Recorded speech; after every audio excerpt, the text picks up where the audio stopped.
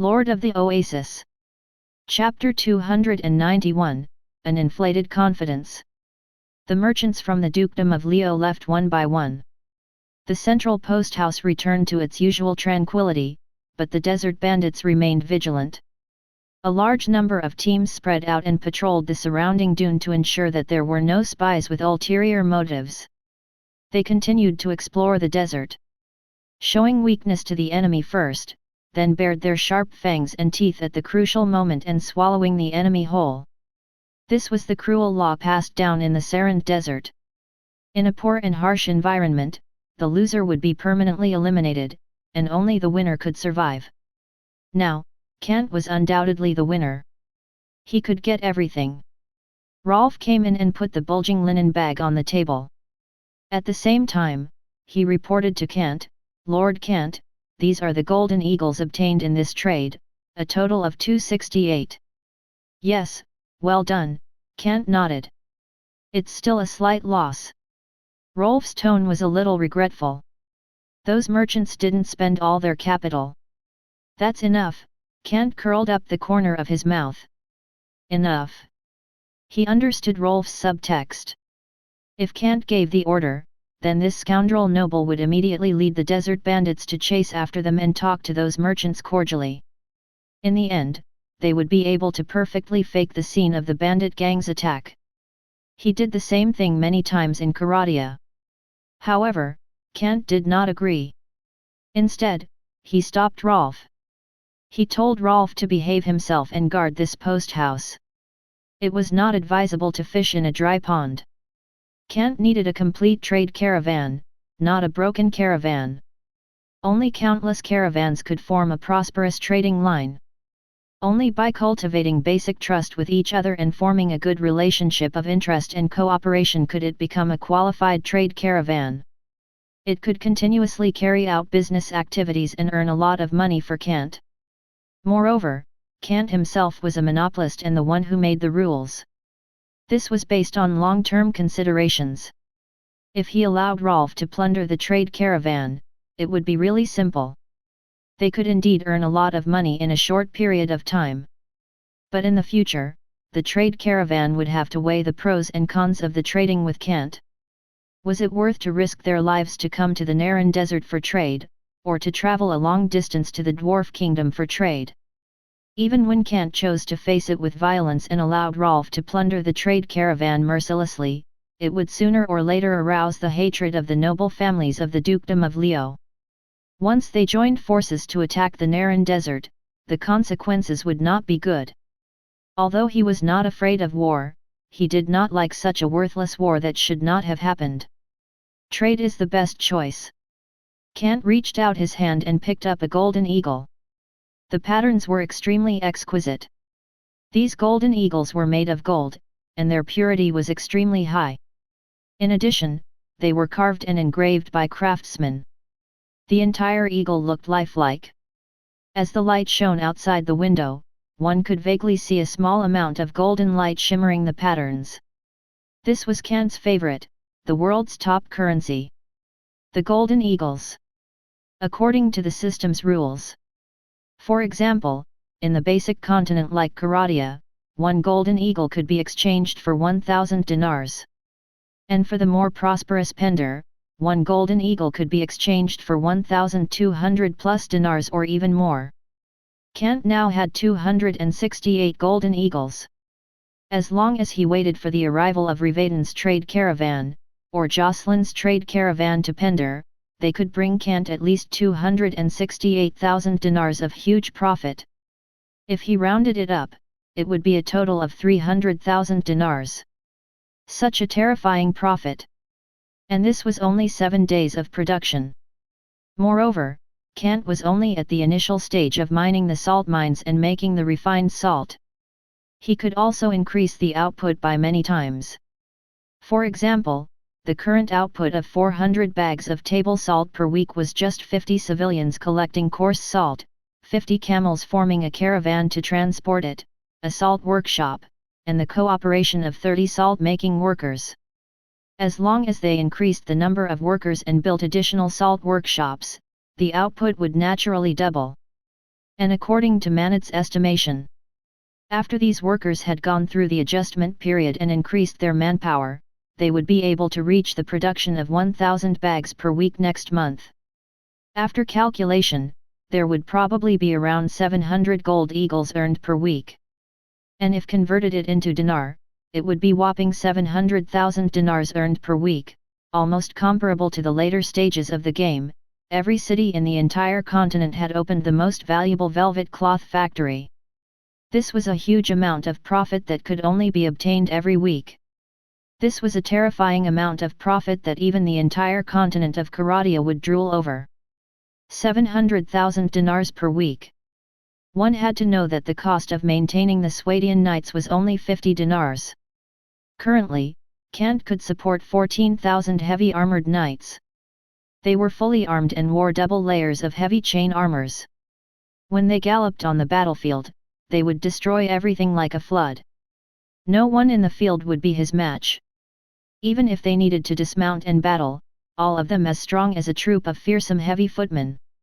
With just this group of level 5 elite knights, defeating an ordinary army of 100,000 people would definitely not be a problem. Even if there was an army of 1,000,000 in front of them, they would still blow the bugle horn bravely and directly push forward like a flood. In the battlefield, this heavy cavalry group of 14,000 Swadian knights would be invincible. Kant's breathing could not help but become rapid. Just thinking of this scene, his heart could not help but throb. Too strong. This was truly unreasonable strength. As long as there were no extraordinary troop class, extraordinary attack methods, no matter how many hundreds of extraordinary Grand Knights there were, they would not be able to block the attack of these 14,000 Swadian knights. Extraordinary strength was not unlimited, it could be exhausted. Waves upon waves of heavy cavalry attacks. The extraordinary strength would be exhausted sooner or later. However, according to Kant's understanding of this world, such as the Dukedom of Leo, even if Grand Duke Cameron gathered all the noble and civilian armed forces, he probably would not be able to gather hundreds of extraordinary Grand Knights, let alone an army of 1,000,000. He would not even be able to gather a large number of heavy cavalries. In the war between countries in the past, the Dukedom of Leo and the Silver Platter Kingdom were at war on the south bank of the river. Both sides had only invested 50,000 soldiers, of which 20,000 were from the Dukedom of Leo and 30,000 were from the Silver Platter Kingdom. Moreover, these troops were not worth mentioning, and there were many mercenaries involved. In the feudal era, a country war similar to that in Europe, it was the most number of soldiers that both sides could gather. The population of the Dukedom of Leo was only over 300,000. If 100,000 people were dragged out to start a war, even if they won, the entire country would probably fall into a state of stagnation. It would take several years of recovery before it could fully recover. It was no different from losing a war. Wait. Kant reached out his hand slightly and rubbed the space between his eyebrows. His heart quickly regained its calm. Right now, he was immersed in a kind of longing for the future. It was very unrealistic, like a flower in a mirror. Other than interfering with his normal judgment and rationality, it did not have any effect. I don't have such powerful strength right now. Kant calmed himself down. But when he thought of his inflated confidence just now, he could not help but smile bitterly. I'm thinking too much. He put down the golden eagle in his hand. Kant instructed Rolf, who was in front of him, tie up those captives. I will bring them all back to the castle. You continue to be on guard here. If possible, I will arrange more desert bandits to help you in the near future. Understood, Rolf nodded solemnly. Kant needed to go back after he was done here. The huge profits from the table salt trade made him extremely tempted, and he was even more determined to develop the business line. He was now like the spokesperson of Mount and Blade. He was using all kinds of methods to plunder this world's precious resources. For example, gold. This description was very correct.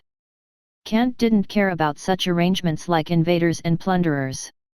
As long as he could obtain the final right to survive and walk to the peak of this world, so what? The cheat of the system belonged to Kant and was connected to him. He knew from the beginning. As long as Kant, the host, died, then the system would be directly exposed to the rules of this world.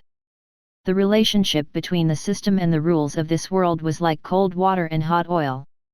The two completely different rules would directly collide. The system with smaller power, which was originated from the Earth's technological world and combined with part of the rules of the game, was destroyed to the point that not even a speck of dust remained. Otherwise, why would the system give all kinds of hints and indicate that it would use its own energy to help Kant? Because both parties were already on the same rope. You can go down first. Kant waved his hand, indicating Rolf to leave first. Yes, Rolf bowed and left the room. There were no more important things to do. The central posthouse returned to its usual peaceful state. As long as it continued to strictly guard and forbade outsiders from entering the desert, it would be fine. This place had once again become the beginning of the forbidden area of the desert. Only when a new trade caravan arrived at the beginning of the next week would it be reopened. However, when the next trade caravan was opened, Kant could imagine that there would be more and more authoritative, and larger-scale trade caravans arriving. They would disperse the trade caravans that did not have the capital or the backing of the noble families and occupy more of the table salt. Moreover, there would be more noble families that were unwilling to accept this, and they would take the action angrily. For example, the 600-man cavalry that they defeated today. They were all well-trained knight attendants. It would be impossible without the support of the high-ranking noble families. After all, large-scale training of knight attendants was not just a matter of money. There was also time and knight instructors who could impart various kinds of experience. Ordinary small noble families did not have such a foundation. Just like Baron Dillon.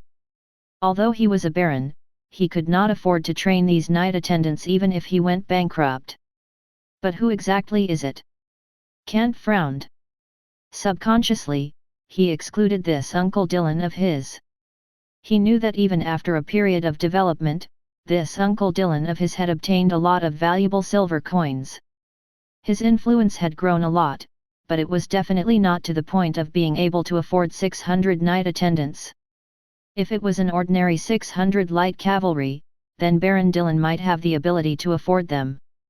And this was what Kant was puzzled about. But it was only a doubt. In the Naran Desert, as long as the top noble did not use their trump cards to attack him, the final result would still be that he, who had the system and Karadia as his backing, would obtain victory. Chapter 292, Information from the Captives. The midday sun was blazing hot.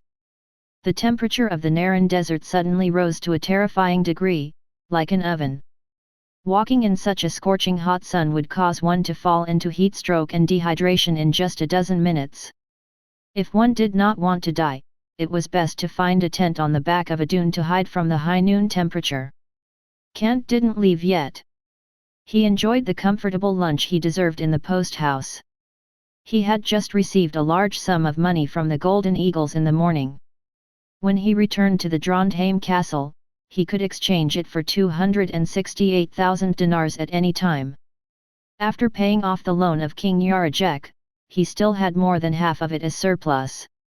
Plundering the gold of this world as a resource was much faster than the slave trade and production trade. If Kant had discovered this way to earn dinar earlier, he would use up all his effort to open up a commercial route to the dukedom of Leo. However, it was not a success now. A trade was created, and it needed to be maintained carefully in order to obtain the greatest return. The merchants of the dukedom of Leo needed Kant's table salt, while Kant needed the golden eagle of the dukedom of Leo. Even if he had to exchange 150 great silver coins on the black market for one golden eagle, he would accept it and take the initiative to give away the profits. This was to ensure that the following trade would be settled with the golden eagle. After all, Kant's system only needed gold. For example, the demand for materials like silver was actually not high, or it could be said that they were not accepted at all. As long as Kant could obtain a large number of golden eagles, it would be the same as obtaining a large number of dinar. He would obtain an opportunity for development and safeguard a strong future. There would be benefits but no disadvantages. With the system and with the dinar, his development would be blazing fast every day. This was only the beginning. He ate lunch to avoid the scorching sun. Kant took this opportunity to take a break. The 100 Swadian knights were still on alert. They had not participated in the previous battle, so they still had some strength left. After all, although the merchants were forced to the top floor of the post house, the guards and servants of the trade caravan were still there. If they really caused a ruckus, it would be quite troublesome. He needed these knights to keep a close watch on them. Who knew if there were any troops lying in ambush inside the post house, or if they had ulterior motives? Fortunately, there was no trouble. Rolf also led the Sarandian to easily defeat the enemy and win the victory. Furthermore, 120 Sarandian horsemen and 220 desert bandits obtained all the experience points for this victory, especially they crushed the enemy so easily. It was enough for the desert bandits to level up. The cost of level up for the desert bandits was 20 dinars, which was a total of 4,400 dinars. Kant naturally would not be stingy. With the confirmation, the 220 desert bandits had all leveled up to elite desert bandit. They were wearing better quality iron scale armors, and the number of short javelins on their backs had also increased to 6. The heavy ones were also more lethal. The current elite desert bandit could indeed be called elite. They were fully qualified to cooperate with the Sarandian horsemen to launch an assault. It was estimated that the 600 knight attendants would attack again, and the consequences would be even more tragic. After the javelin rain, the desert bandits would no longer execute the tactic of hit and run. Instead, the elite desert bandit would support the Sarandian horsemen's charge, raised their spears and scimitars on both sides, and charged in as they turned back, slashing the enemy mercilessly. However, thinking of these knight attendants, Kant could not help but squint his eyes. He walked out of the room again. When he came to the hall on the first floor, he found Rolf sitting on a chair. Beside him were 30 Sarandian horsemen. They were holding onto their long lance and hilts in an awe-inspiring manner. They looked coldly at the 10 captives kneeling in front of them. Each of them was silent, but they were full of vigor. Looking at the awful looks of the 10 captives, with blood at the corners of their mouths, one could tell that this was an interrogation. And it was already over. After obtaining the information he wanted, Rolf waved his hand. "Bring them back." "Yes." Sarandian horseman nodded, walked over, picked up the 10 captives, and walked out of the post house. There were many tents outside for these captives, and next to them were the tents of the Swadian knights. Their weapons and armors had already been withdrawn. But if they still dared to make the slightest movement, they would probably be instantly massacred. These captives had also been appointed, and they did not dare to resist in the slightest. The attack from Rolf had directly killed these knight attendants, making them tremble in fear. Kant did not care about these captives. Sitting in his seat, he asked Rolf, "Where did these guys come from?" "Oh." Rolf's tone paused slightly. "Speak." Kant frowned and said, "Don't tell me you still have some hesitation." "Indeed," Rolf smiled bitterly and shrugged at Kant. "These guys are called the Gale Mercenary Group. They run amok in the north and south counties of the Dukedom of Leo. Occasionally, they even go deep into the East County. I heard that they are quite famous." "That's right. They are indeed very famous." Kant nodded. This mercenary group had suddenly appeared in the past few years and had done a few big cases. For example, they had helped some nobles kill some enemies, or they had invaded some small noble families and massacred them. Although they were not wanted by the noble court, everyone in the Dukedom of Leo knew that these horrible incidents were done by this Gale mercenary group. However, anyone in the Dukedom of Leo knew that this Gale mercenary group was originally a group of wandering mercenaries raised by a noble. That was why they weren't wanted by the noble court. If it was used to be an ordinary bandit group, whether they could take over a small noble's family was another matter. Back then, if they did something that touched the bottom line of a noble, they would probably be wanted by the noble court long ago. As for the big and small nobles, even if they gritted their teeth, they would have to transfer their manpower. They would still have to fight this uncontrollable bandit group. Now, how could any noble families still want to fight this infamous mercenary group?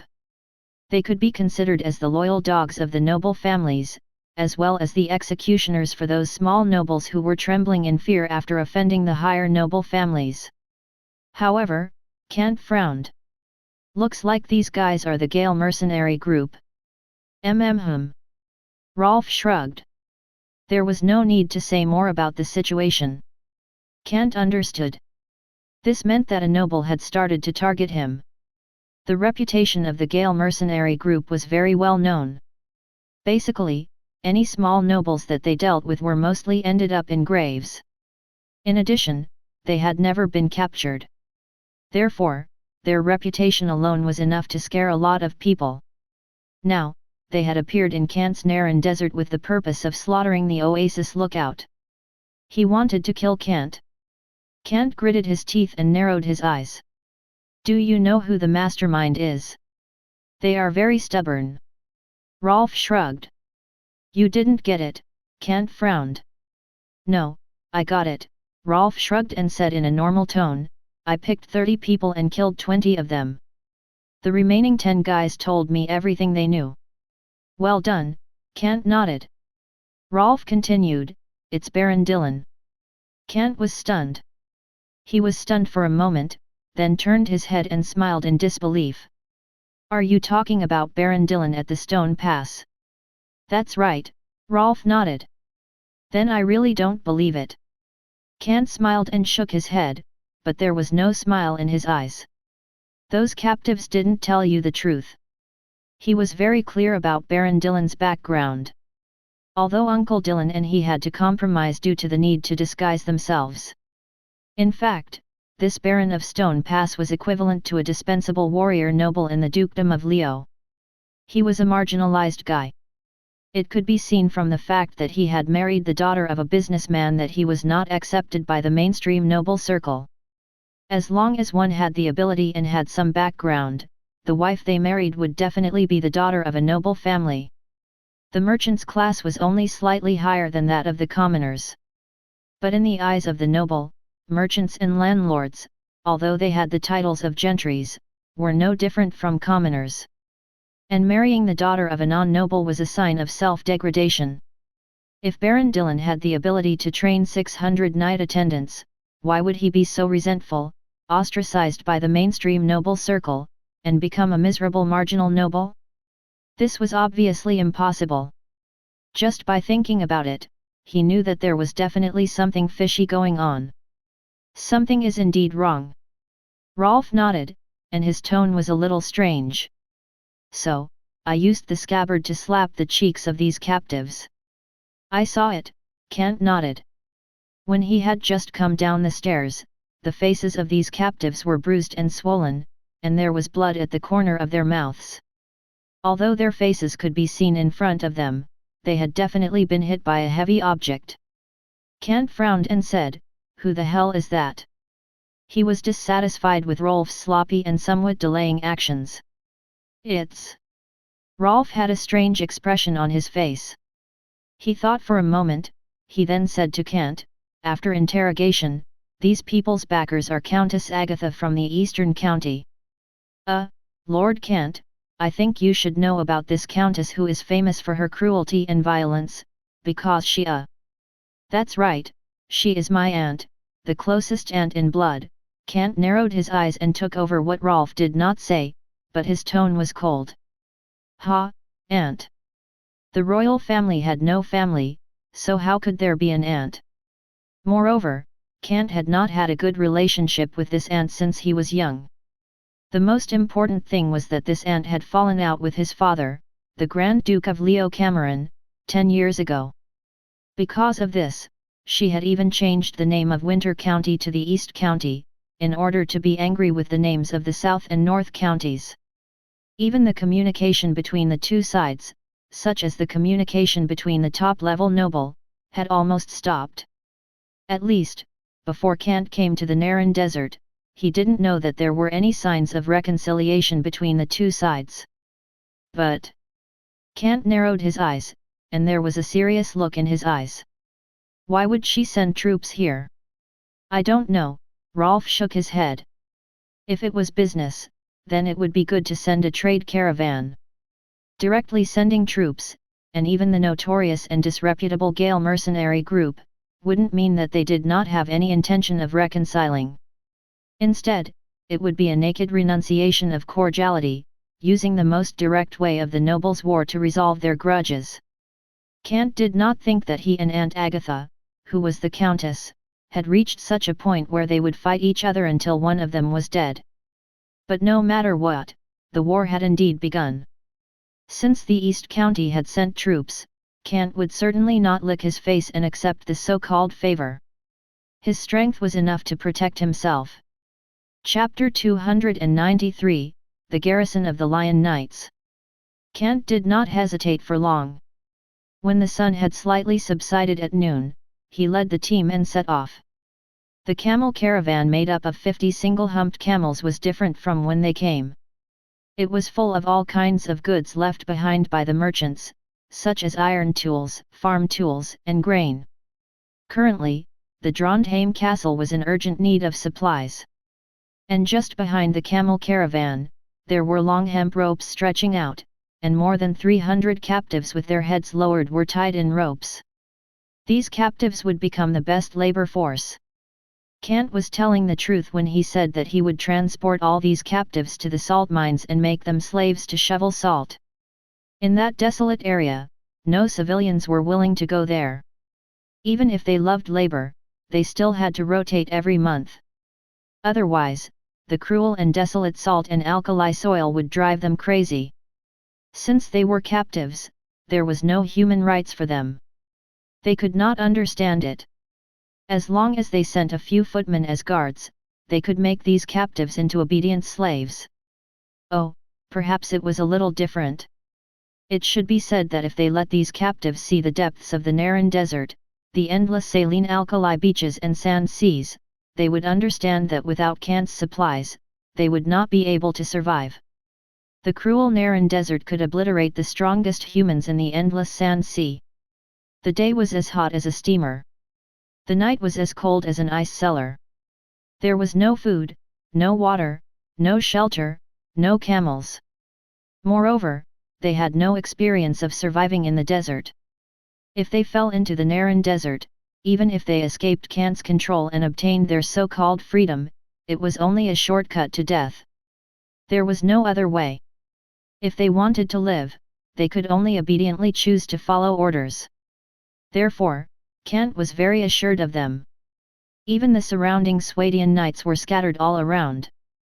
They did not pay any attention to these captives who had their hands behind their backs as they trudged along with the camel caravan in the desert. Just by relying on these captives who were unarmed, hungry, and extremely tired, it was not enough to start an insurrection that could not be resolved. Moreover, Kant did not mind killing some of the disobedient captives. The march was not too slow. Soon, just before the end of the new Monday, Kant and his knights returned to the Oasis lookout with a caravan full of goods and exhausted captives in the twilight. In the early morning, nearly 70,000 dinars had been deducted for the maintenance of the army. Kant's savings had been cut by more than half. But when he returned to the Oasis lookout, he received good news. Jocelyn had personally led the trade caravan to Pender, which had just returned this morning. Not only was it full of goods, but it had also brought Kant a profit of 300,000 dinars. 5 whole bags of gold had been sold out in the capital of the Kingdom of Sarleon. This was really good news. After getting Apprentice to arrange the captives and the trade caravan, Kant quickly returned to the council hall. Jocelyn was waiting in the hall. When he saw Kant enter, he immediately smiled and placed his hand on his chest. "Lord Kant, this trade did not disappoint you. On Pender continent, the kingdom of Sarlian alone had bought all of the gold. Moreover, the king of Sarlian, King Ulrich, expressed his heartfelt respect for opening the trade route. He even entrusted me to pass you a gift to show his respect for you. As he spoke, Jocelyn took out a letter and respectfully handed it to Kant with both hands. At the same time, he lamented, "It's all thanks to you, Lord Kant. You've restored our Jocelyn family's reputation and restored our noble status. Congratulations, Jocelyn." Kant was slightly stunned. Although he still did not understand what had happened, he still took the letter and sat back in his seat. He calmly said, "This trip to Pender has yielded a lot, hasn't it?" "Of course, it was all thanks to your wise decision," Jocelyn sighed from the bottom of his heart. "Yes." Kant nodded and opened the envelope. There were exquisite patterns on it. It was the traditional lion emblem from the kingdom of Sarlian. It was similar to the kingdom of Swadia, but because Sarlian was stronger, the patterns were more exquisite, and the patterns were clearer. Even the texture of the paper felt delicate. The ink used for writing even had the smell of perfume. Kant couldn't help but raise his eyebrows. The original kingdom was indeed very different from these mod kingdoms. The strength of the country could be reflected by these letters. Karadia was similar to the middle of the Middle Ages on Earth, while Pender was more like the later period. If it was the wind of war, it was more like the modern era with fantasy magic, so the strength of each country was different. This also caused the mod to bring different help to Kant. This time, the letter of King Ulrich from Sarlian. It was filled with respect for Kant. Although it was useless nonsense, at the end, there was also a gift from the kingdom of Sarlian, a promise from the Lord. Kant would be the honorary lord of the kingdom of Sarlian. He could exercise all the laws of the kingdom of Sarlian and enjoy all the glory of the kingdom of Sarlian, including the establishment of the Order of Lion. On his retina, the system dialog box suddenly popped up. Ding, system prompt. You have obtained the promise of the kingdom of Sarlian. With the identity of the Lord of Sarlian, you can officially establish a knight order, Order of Lion in the estate. And because of your identity as an honorary lord, the kingdom of Sarlian will recognize knights from other kingdoms. You can also promote them to be a member of the Order of Lion. Remark: a rare item Order of Lion medal and a rare item Sword of the King have been detected. With this medal as the foundation, you can use 10,000 reputation points and 100,000 dinars to officially build the Order of Lion Garrison. In this garrison, other knights can also join the Order of Lion for systematic learning. Kant glanced at the system prompt. Compared to when he first obtained Sword of the King, there were already completely different changes. Just like the remark at that time did not mention that other knights could also join the Order of Lion and become members. They would undergo systematic training and be promoted to a stronger troop class. Obviously, now, after the recognition of the kingdom of Sarlian, Kant's authority had been greatly opened up. For example, the official construction of the Order of Lion Garrison, this key building. A new level 6 extraordinary knight. Kant narrowed his eyes slightly. Based on his experience from his previous life, he naturally understood the Order of Lion very well. They were completely different from the Swadian Royal Knights. They were equivalent to a new level 6 extraordinary knight. They belonged to the Pender continent, the top troop class of the kingdom of Sarlian. They were level 6 extraordinary knights that were even higher than the Sarlian knights. They were on the same level as the Swadian Royal Knights. However, even though they were both level 6 cavalries, the combat styles and tactics of both sides were completely different. This was the limitation of national strength. Take the Kingdom of Swadia for example. It was the number one powerful cavalry country in the continent of Karadia. Its heavy cavalry was invincible. If both armies were to fight head-on in a flat area, no other kingdom would be a match for it. Even the Kyrgyz Khanate and Saran Sultanate, the two cavalry countries, did not dare to face them head-on. Hence, the cavalry of the Kingdom of Swadia could charge forward without fear. However, the Order of Lion was different. In the Pendar continent, the kingdom of Sarlian was not the strongest. Although it had inherited most of the inheritance of the Pendar Empire, this kingdom was still a rising kingdom. There were also the kingdom of Ravenstern, the Fierdsvane, the Dishar principalities, and the Jeta tribe around it. There was also the Bacchus Empire, which had almost annexed the entire Pendar continent and came from the other continents in the outer seas. Although the kingdom of Sarlian had a strong military force and also used the heavy cavalry as the core of their offense, when facing other strong enemies, these cavalries had to rely heavily on the cooperation of the heavy footmen and the archers in order to display their greatest effectiveness.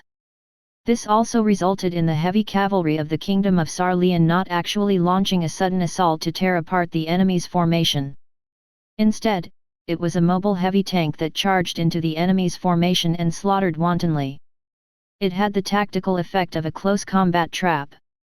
This difference was similar to the difference between Kant's two top archers, like the Viagoyer marksman who was good at shooting in groups and killing the enemy with a rain of arrows, and the Ravenstern ranger who shot rapidly and killed the enemy with a continuous wave of arrows.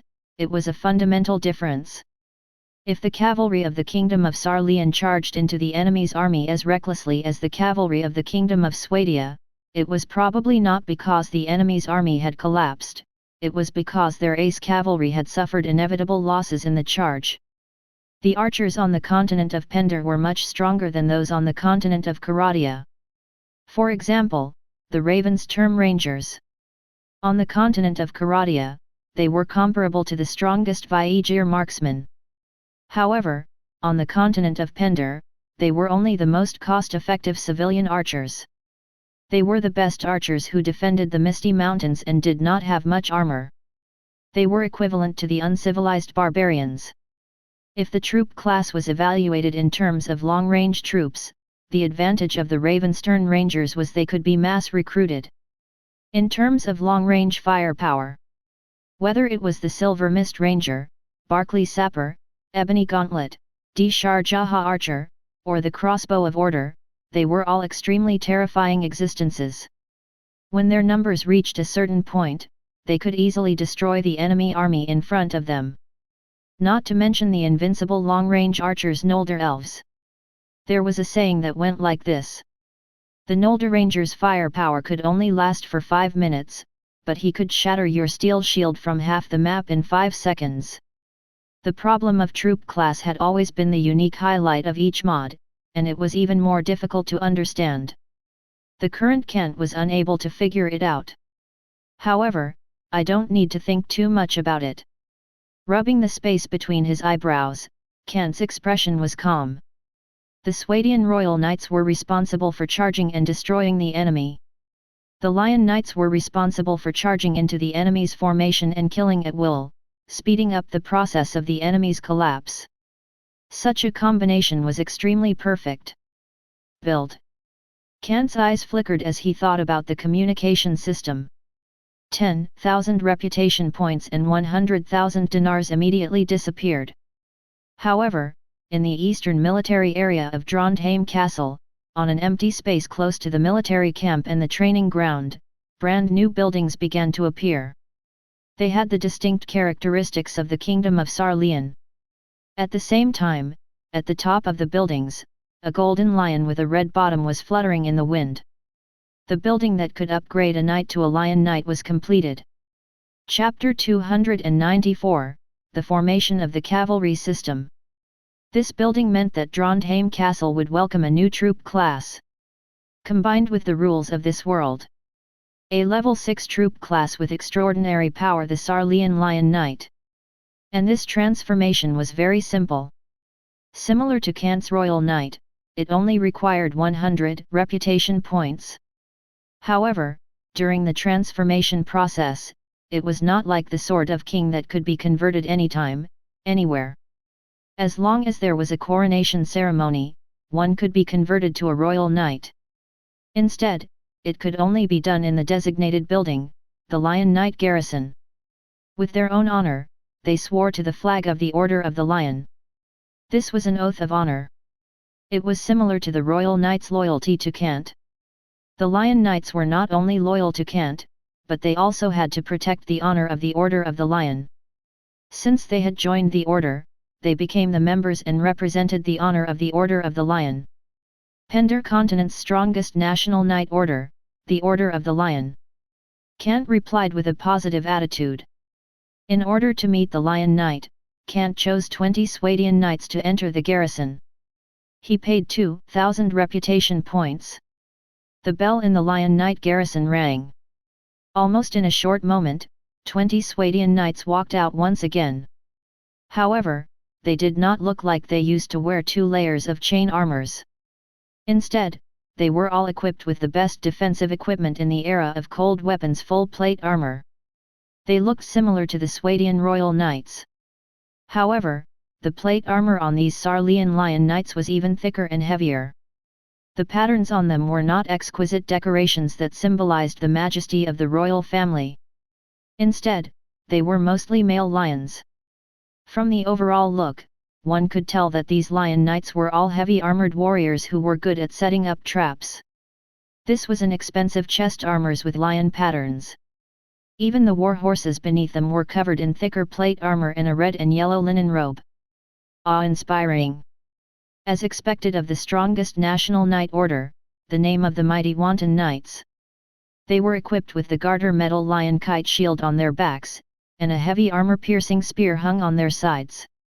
At their waists, they held 2 weapons, the silver greatsword and the warhammer. This represented the valor of these lion knights. Charging into the enemy formation with an invincible might, using a strong melee battle tactic to crush the enemy's mental strength.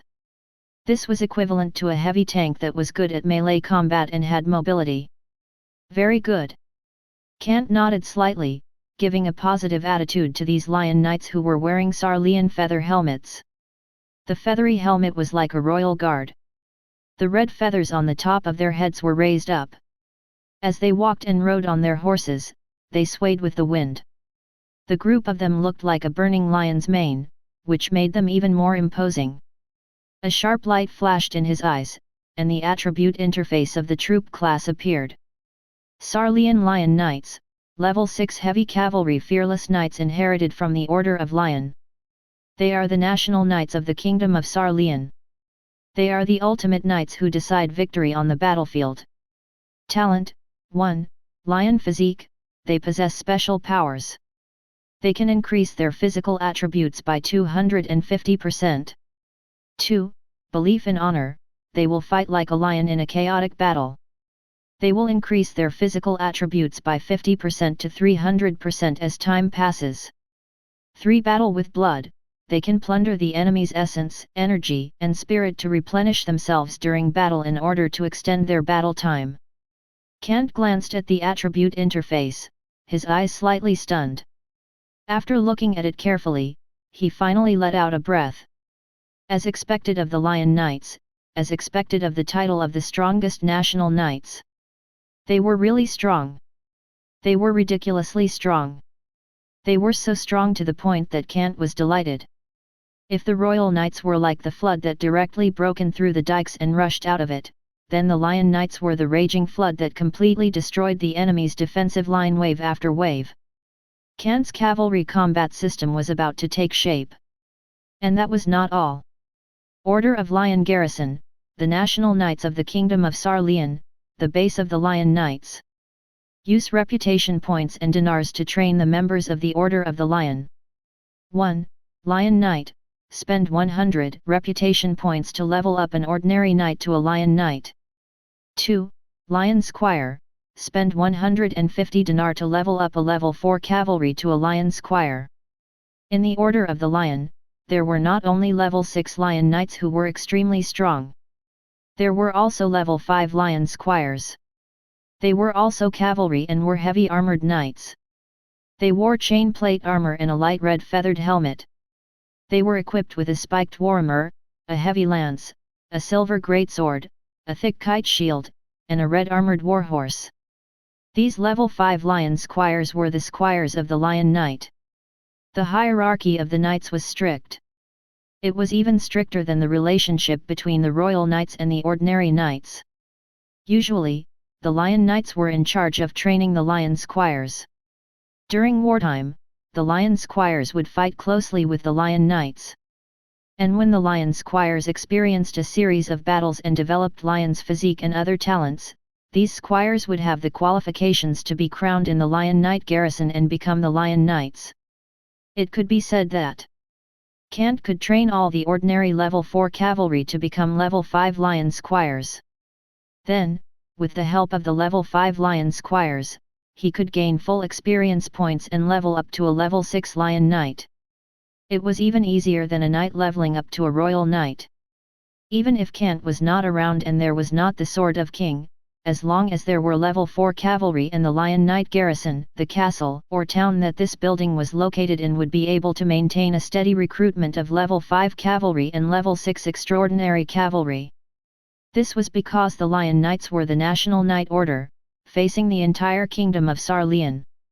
Kant had already obtained the recognition of the Kingdom of Sarleon. Then, this garrison could also form a complete Order of the Lion system. Kant nodded secretly. Currently, within his power, the cavalry system had already taken shape. With the Swadian cavalry that was good at charging as the sharp edge, and Mamluk who was good at using his two-handed iron staff to heavily attack the enemy, he would act as the support of the two wings. In addition, the Sarleon Lion Knights who were good at melee combat and expanding the results of the battle would act as the backbone. As long as these three powerful troop classes followed up, a wave of attacks would destroy the enemy's formation. The strong cavalry countries were good at field combat. The current Kant, after the formation of the cavalry system, was almost invincible in field combat. According to his calculations, with just a small number of elite soldiers, if they met the Dukedom of Leo's 2,000 heavy cavalry troops, they would have a chance of killing them in a head-on confrontation. If they used ambush or surprise attack tactics, the chances of victory would be even higher. Kant followed the elite soldier policy, and his troops were already extremely strong. Furthermore, his cavalry was the best of the best. There were already two types of level 6 cavalries. If it was not for the fact that the scale of his troops was still too small, and there were no servants or allies in the Dukedom of Leo to support them, he would have brought his troops to kill their way through the Stone Pass and enter the North County to wreak havoc. His current elite troops were enough to invade the Dukedom of Leo, and they could even teleport around in a short period of time, making them invincible. However, what was missing was the size of his army. It was easy to conquer territory. However, if he didn't guard the territory that he conquered, then he would only be giving it to others for free. Therefore, Kant wasn't in a hurry. He was only 16 years old. Even if he used 10 years to slowly infiltrate the Dukedom of Leo with the help of the endless trade caravan of table salt, it wouldn't be a problem for him to cultivate his own forces and potential allies. This was a long-term plan, not a short-term gain or loss. In that case, Kant thought of the mission he had received from the Pope. After a moment of silence, he turned his head to look in the direction of the northern desert and said slowly, "Then let's set off tomorrow." He did not intend to delay any longer. The reward from the system was a spring eye. It was just enough to match the lake outside the Trondheim castle, making the greenery in this oasis bigger. After all, there was already a spring in the oasis lookout. Although it could supply the land of the entire oasis and maintain the lake and the canal system in the castle, it was already a little strenuous. After all, there were a lot of water towers and canals in the Trondheim castle. The daily water consumption was also extremely high. In addition to irrigating hundreds of acres of land, it was still acceptable to be unable to do so. The desert environment had a high rate of evaporation. It was not a plain or mountainous area. Even if the evaporation were limited, if they could not find another spring water source as soon as possible, it was estimated that this oasis lookout might went through desertification again. In other words, the desert would erode the oasis lookout and turn the cultivated land back into a desert. Kant made a decision in his heart. After arranging for Jocelyn to continue his work, he decided to communicate with Pender Continent on his own. After thinking for a while, he still arranged for someone to call for Apprentice. Soon, Apprentice, who was wearing heavy chain armor and holding a sword and shield in his hands, quickly walked to the council hall. It seemed that he had just been patrolling on the city wall. He bowed respectfully and said, "Lord Kant, I await your orders." "Yes, I have something to talk to you about." Kant nodded and said directly, "Do you have any suggestions for the current city defense?" "The city defense?" Apprentice was slightly stunned. "That's right." Kant reached out his hand and said gently, "Sit down and talk. I plan to set off for the depths of the Naran Desert tomorrow, but I'm always worried about my castle. I want to ask you, is there anything else that can be improved?" Apprentice was a noble from the kingdom of Swadia. He was a noble knight of Aran City. Since childhood, he had learned all kinds of military-related knowledge, including the construction and layout of the city defense. Most importantly, he had once traveled through Karadia. His knowledge and experience were both rich. Apprentice did not disappoint Kant either. He hesitated for a moment and nodded after thinking for a while. "That's right, Lord Kant. I think what you said makes sense. Our city defense indeed needs to be supplemented." "Tell me," Kant frowned. "It's very simple. Our city defense only has a thin city wall system." Apprentice did not hold back, he said straightforwardly, "Although there are arrow towers and towers on the city wall that could provide powerful crossbow attacks, if the enemy forcefully withstood the crossbowmen's attacks and broke through our city wall, then our castle can be said to have fallen. Other than defending the council hall, we basically lost the ability to resist." "Very well, let's continue," Kant frowned. He was not angry at all because this was the truth. Apprentice said, "My suggestion is to build another city wall that can cover the entire Oasis lookout." He paused, then said to Kant, "Perhaps the wall does not need to be built at the agricultural area, but the East Gate and the South Gate, these two key gates, need to be protected by extra city walls and city gates. Otherwise, if the enemy breaks through the city gates, it will be difficult for us to defend." "You mean, the Barbican?" Kant quickly thought of a noun and explained the meaning of this term. Apprentice was slightly stunned, then he nodded and said, "Lord Kant, this is really a genius idea. It's the wisdom of the ancient people." Kant shrugged and did not hang it on his body. After all, this was the warfare wisdom of an ancient dynasty. The construction of the Barbican was indeed very good for defense. Especially with the Western ancient times, the city walls were mostly made up of arrow towers and towers. The construction of the Barbican could even form a crossfire attack similar to that of a prism fortress, causing the attackers to be attacked from multiple angles. Chapter 295, Mage Apprentice's Senses. The Barbican was the fruit yielded from the wisdom of castle defense. It was no problem for Kant to use it to build his own castle. Only an indestructible castle could firmly occupy this desert.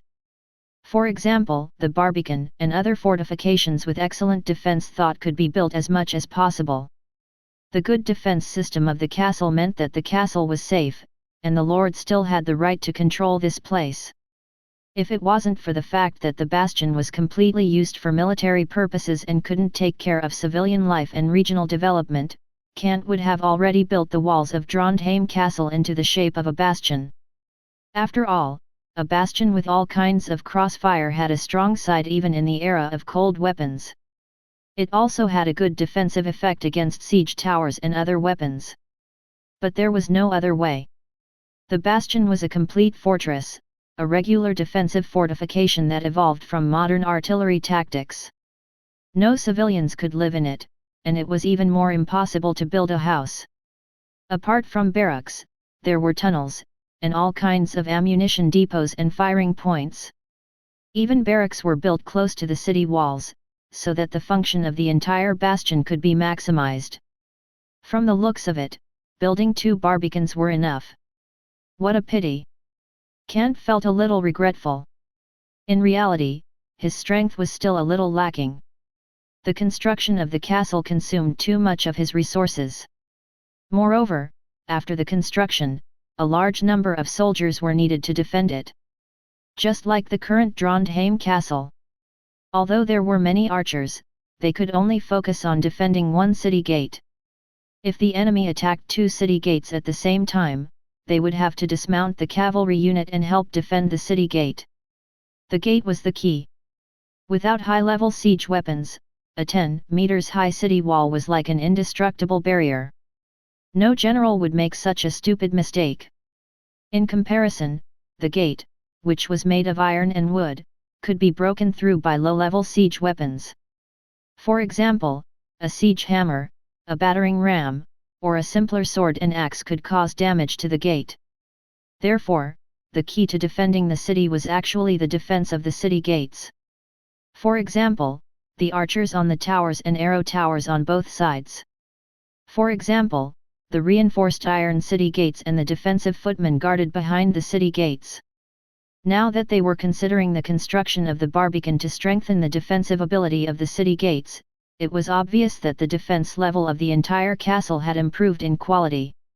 Moreover, with Kant's invincible cavalry as a threat, it was obviously impossible to attack the city in one go. Apprentice, you will be responsible for the construction of the two barbicans at both south and north city gates. Kant instructed Apprentice.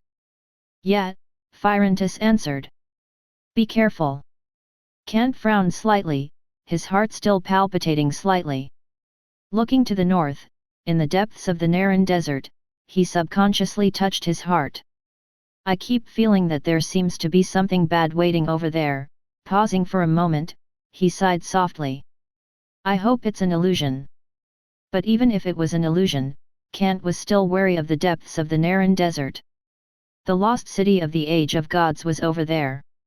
The bloodline of the Sun God, the golden holy city forged in the depths of the desert. Even in the underground cave of the ancient passage, there were remnants of the Sun God, and even the demons, undead, and descendants of the ancient gods. If there was nothing in the golden holy city, it would be impossible.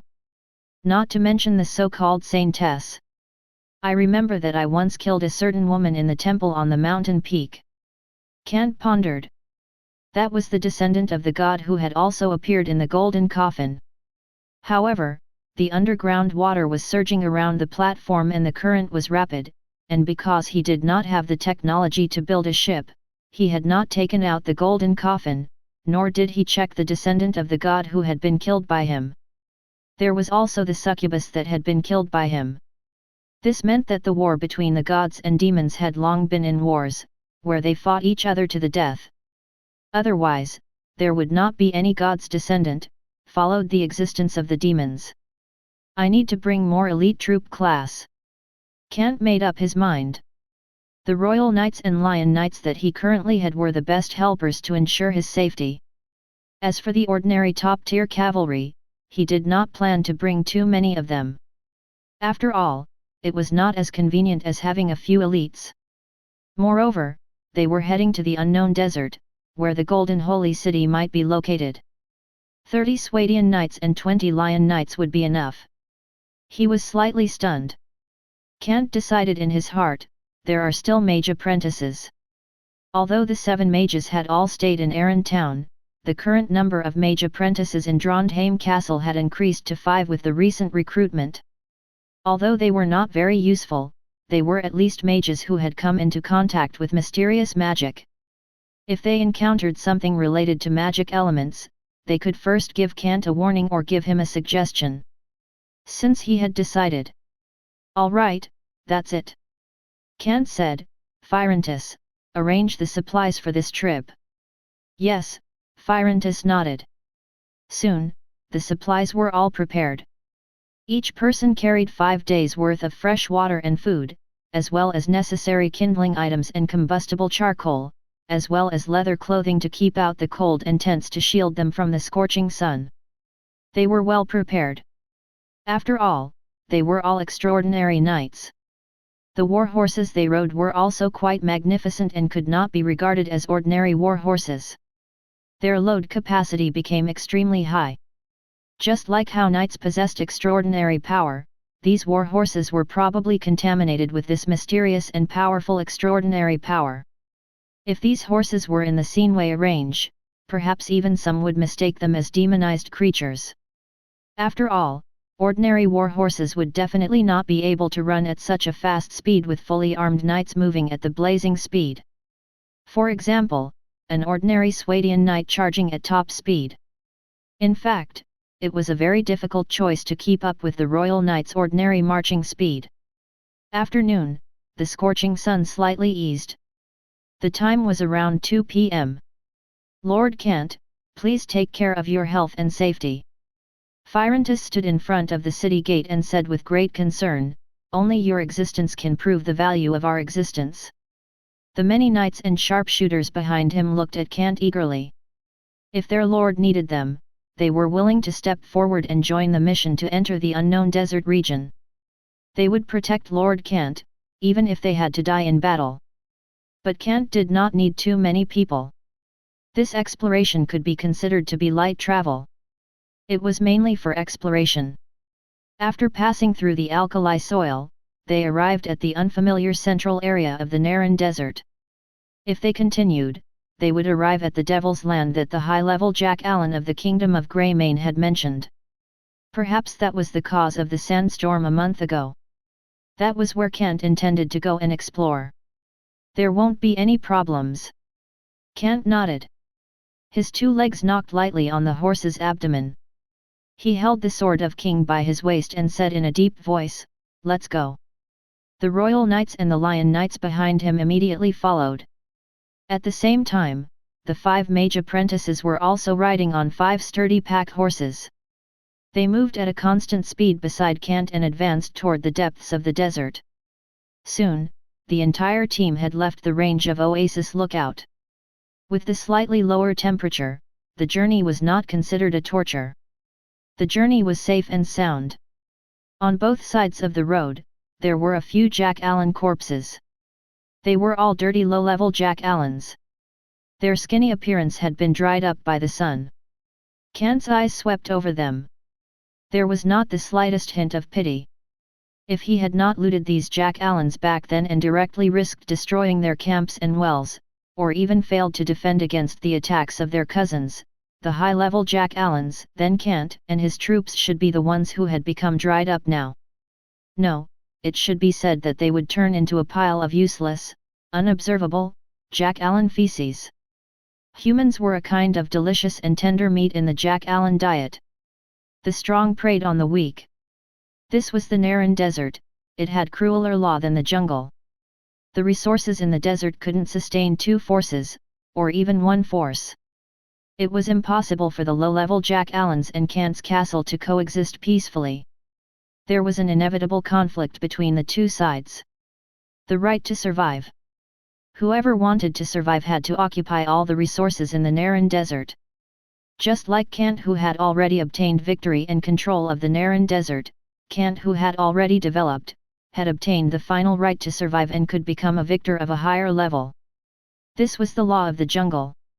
Jack Allen were the weak, so they could only be eaten by Kent. Only by eating this meat could Kent obtain a stronger body and eat the meat of other weak people. The weak could only fail and turn into remains to show their sorrow. But what could they do? The strong never cared about the weak's defeat. They traveled all the way to the camp of the once low-level Jack Allens occupied. From afar, more than a dozen low-level Jack Allens were fleeing, as if they had already discovered them. However, Kent did not give the order to attack. The current him no longer cared about these scattered low-level Jack Allens. Or rather, this group of former opponents had already lost the ability to threaten him, and could not even be considered stepping stones. "My lord." Behind him, the mage apprentices pointed to the front and said, "Right there, we sensed a small amount of water elements gathering." They were pointing in the direction of the camp. There was a huge sand pit, which seemed to have been dug out by these low-level Jack Allen. Kent nodded. "That's right, there used to be a well there. Let's go and take a look." Kent gently knocked on the horse's belly. He led the team over. After all, this was also the place where he had fought bloody battles. The knights behind him immediately followed. Soon, they arrived at the former camp. The sandstorm had already blown away all the blackish ashes left by the fire. There was only a messy puddle, messy footsteps around, and the remains of bones that had been eaten. There were sand gazelle and jack-allans. It looked very tragic. But Kant did not care. He stuck his head out and looked into the puddle. There were all kinds of stones scattered at the bottom of the 4 to 5 meter deep puddle, but the bottom was still blocked by a large amount of sand. Only water emerged from the ground. It was a small half-meter puddle that was extremely muddy. If Kant wanted to drink, he had to filter it. This was the well that he had destroyed directly. Well, at the bottom of this puddle. The mage apprentices closed their eyes slightly. After sensing it, they said to Kant, "There seems to be an underground river. We sensed a very dense water element. Although we are blocked from the sand layer, we can still feel that the water is very abundant. That's why the water could seep upward and form this small puddle." Chapter 296, Arrangements for the Salt Mine Posthouse, Second Update. As expected. Kant nodded, deep in thought. This well used to be the center of that low-level Jack-Allan tribe. The Jack-Allan shaman was in charge of distributing the fresh water resources. With this well alone, the entire tribe population of over 2,000 Jack-Allans could drink fresh water on a daily basis and ensure the reproduction of the entire tribe. Based on the amount of water used by so many Jack-Allans, even the original Oasis lookout wouldn't be able to satisfy them. After all, the water resources of the Oasis lookout were at most a pond. It wasn't even a big pond. If there were so many Jack-Allans, no, even if it was 1,000 Jack-Allans, they could completely dry up the original Oasis lookout in less than 7 days. After all, the amount of daily drinking water of over 1,000 people was humongous. Not to mention that it was a Jack-Allan tribe of over 2,000 population. If this well could not connect to the underground river or the underground lake, it would be impossible to have so much water. At that time, Kant had guessed this. And now, without a doubt, the mage apprentices had solved this doubt. Since this is the underground river, Kant muttered to himself. His eyes flickered, and the system dialog box opened. Seeing the buildings inside, he was enlightened. It really can be done. Well. But it was just the system's well. As long as there was an underground water source, Kant could build the system well at any time. Just like when he was at the central post house, the direction the system gave him was above the underground lake. That was why he was able to build the well and then build the central post house. In the Naran Desert, water resources were the most precious wealth. Occupying the water resources was equivalent to occupying the gold mine. In fact, even if there was a gold mine in the depths of the desert, and there was no well or oasis around it, then this gold mine was equivalent to useless waste. If it couldn't even be mined, what else could it be? The miners who were mining had to drink water. Since there is an underground river here, Kant turned his head to the north. There had to be a vein in this underground river. If this underground river happened to be located not far from the salt mine, it could indeed solve a lot of problems. For example, the fresh water that had to be transported every week could be lifted. They could go and fetch water for themselves. It would also take a day to go from the Oasis lookout to the salt mine. It was already dusk. Kant intended to reach the Salt Mine Posthouse before midnight. There were already civilians working and living there. At the same time, there were 20 desert bandits responsible for protecting the safety of the place. They were to ensure that the hungry low-level Jack-Allans would not appear and attack the civilians who had worked hard all day. Let's go. Kant turned around and got back on his horse. This place had already been abandoned, and there was not much future for development. Perhaps when Kant's oasis became bigger in the future, this place would become a very good spreading area. After all, there was an underground river. As long as a few wells were built, the oasis could be irrigated. However, this would take a very, very long time. After all, it was not realistic for the Oasis lookout to become an Oasis group that spanned more than 10 kilometers. Only by completely opening up an above-ground river and using the river's powerful irrigation ability to improve the environment on both sides of the river could a large-scale oasis to be established in the desert. Otherwise, it would still be like flowers in a mirror and the moon in the water, an illusion. It would be burned up by the scorching sun in the sky, it would turn into a dry sandbar and eventually disappear. Just like on Earth, the desert oasis group that disappeared in various eras was caused by the disappearance of the underground river and the drying up of the above-ground river. If one wanted to obtain an oasis like a fertile plain, one needed river. Kant had a plan for this. However, in the current situation, it was better to develop his Oasis lookout more luxuriously. The Oasis lookout that carried the Trondheim castle was Kant's foundation. Time passed. Night covered the sky. Kant and his troops moved forward and looked up at the top of the dune in front of them. As the starlight shone, there was a faint flame flickering. That was the Salt Mine Posthouse, a place where he and his troops could temporarily rest. At least, it was much better than setting up tents in the desert. The moonlight was like a soft veil. Soon, Kant and the others were also found at the Salt Mine Posthouse.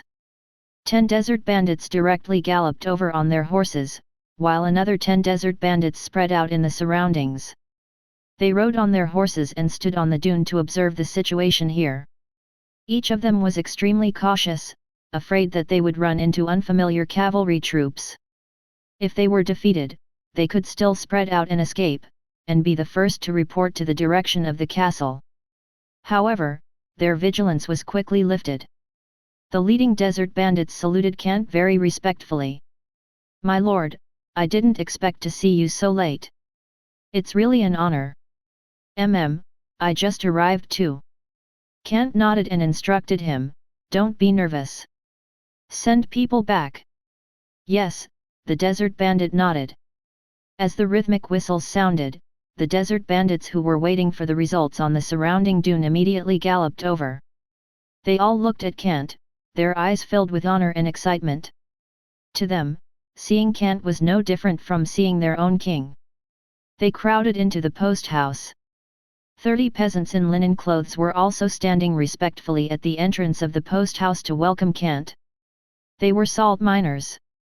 Their daily work was to pack coarse salt, which could be seen everywhere on the alkali soil outside the post house, into sacks, and wait for the camel caravan to arrive, to carry it on the camel's back, so that the camels could quickly return and bring back the raw materials for making salt. This work could be said to be hard work, which was why Kant had taken in more than 300 captives. There were many slave miners needed in the salt and alkali soil beach. Especially when the salt workshop expanded the scale of production, the production of coarse salt here had to be increased. However, having so many slave miners could obviously relieve a lot of pressure. At least for the slaves who were captured, Kant didn't need to care too much about human rights. Even if he had to let them starve every day, they were all consumables anyway. Since they had become slaves, they could not be treated as friends. When the next camel caravan that delivered supplies arrived, these captive slaves would also be transported over. Kant had made perfect arrangements. At the same time, he looked at the 20 desert bandits and 30 Swadian peasants in front of him. There was a hint of shock in his eyes. He could not help but ask, "How many wars have you experienced?" "Wars? No, not yet." These people were also puzzled and shook their heads in denial. "We have not experienced wars."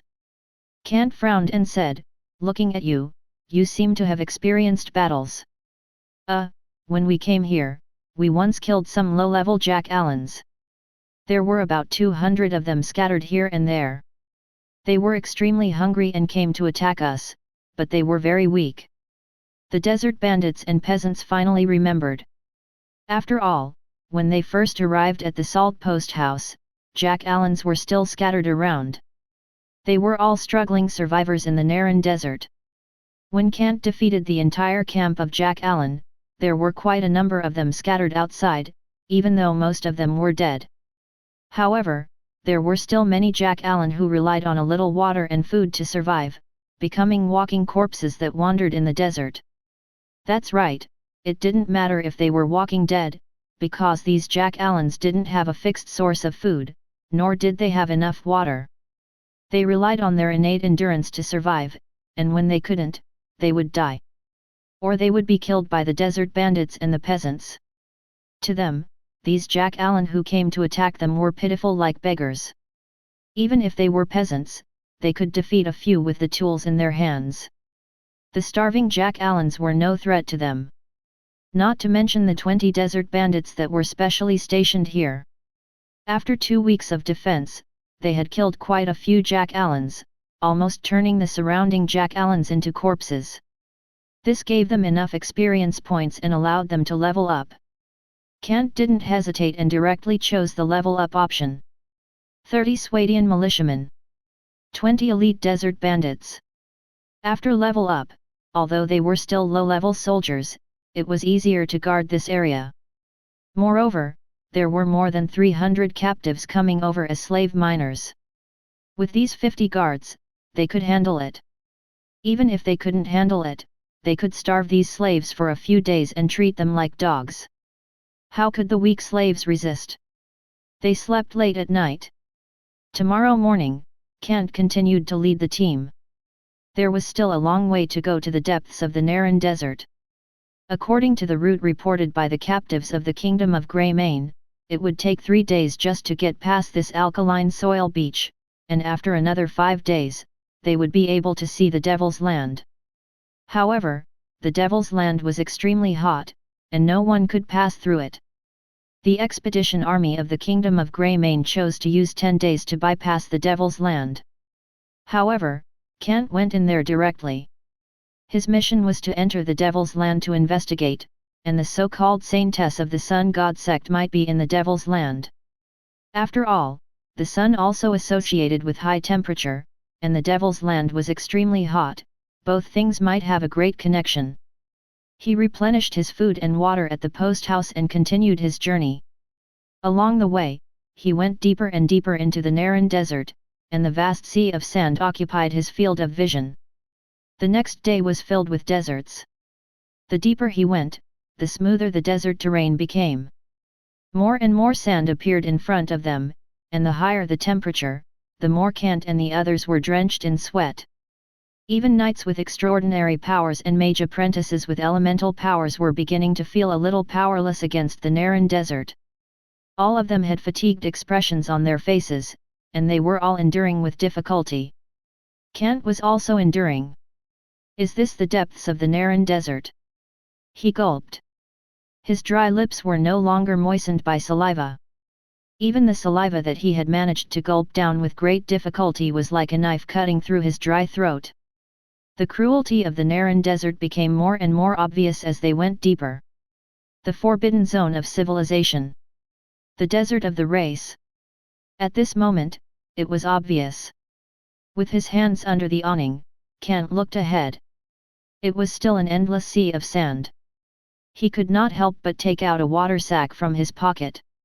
He opened the stopper and took a small sip, allowing his mouth and throat to be slightly moistened. However, when the thirst in his throat became more and more intense, Kant closed the lid again. Now was not the time to gulp down fresh water. He had to make sure he had enough water. Chapter 297, Anomaly at the End of the Horizon, Third Update. My lord. The mage apprentices behind him urged their horses over. The weaker ones were even more exhausted. They could not help but advise, let's rest first. The environment here is really harsh. We really can't continue trekking. Then let's rest, Kant sighed softly and waved his hand. Set up the temporary camp. Yes. The knights immediately replied in a deep voice. These extraordinary knights had stronger physiques than Kant. After all, they had been infused with elemental energy and acquired extraordinary strength. It could be said that they could not be judged by common sense.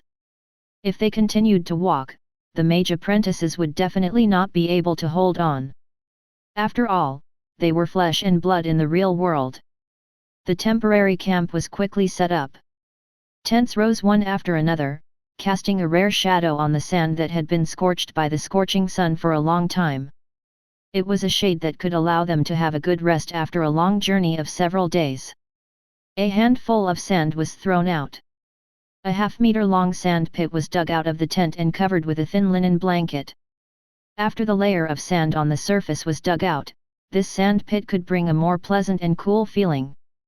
At least after Kant laid down in it, the fatigue from the long journey immediately dissipated. After pouring himself 2 mouthfuls of fresh water, he could not help but squint his eyes. He wanted to lie down in this sand pit and have a good sleep. There was no other way. They had already been in the depths of the Naran desert for many days.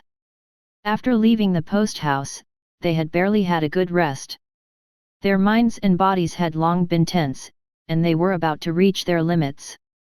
This was also the reason why the mage apprentices would suggest to rest. They were too tired. In fact, everyone wanted to rest a little. Even Kant had the same idea. However, Kant still stood up with his hands on his body and went outside. The knights were building a tent for their warhorse while feeding them fresh water. They were considerate and caring towards their own work. Rest until dusk, Kant announced. At the same time, he instructed the knights, when you are resting, get your spirits up and make arrangements for the sentries. Understood, the knights replied. After that, Kant went back to his tent. The knights did a good job. They fell into a deep sleep. After a while, the temperature became hot. Kant woke up with sweat all over his body. There was some noise outside. Dang dang dang. It was the sound of a wooden spoon hitting the wooden barrel. It seemed that the lunch had been prepared and food was being distributed according to the usual practice. It's really hot. Kant sat up in the sand pit and stretched out his hand to pull off the linen robe outside. Although he was wearing thin clothes inside, he still felt his whole body heating up when he slept. It was as if his entire body had sunk into a sauna, and it was unbearable as if he had been steamed. Now, he even missed the cool room in Trondheim Castle. Unfortunately, he had yet to find the destination of the system quest. It was obviously unrealistic to go back just like that. Kant was a bit upset. Ding, side quest issued. Side quest, Last Wish. Reward, Spring IX1. Introduction, you found this spirit body in the temple. It originated from the ancient survivors from thousands of years ago. He told you his last wish. You plan to go to the depths of the desert in the north according to his last wish. After all, the sandstorm that appeared in the depths of the desert is now shrouding your heart. This was a temporary side quest. However, Kant was still exhausted. He had been in the desert for a few days. He did not know what the so-called depths of the desert was. Could it be that he had to enter the true demon's land? Kant smiled bitterly. According to the system's nature, it was really possible. Just like the temporary side quest to explore the ancient passage, the final completion was to enter the underground city wall in the karst cave. Only then could it be considered complete, and he had even killed that terrifying abyssal demon. This time's mission, he definitely would not be able to escape into the Devil's Land. Fortunately, he had brought a lot of supplies.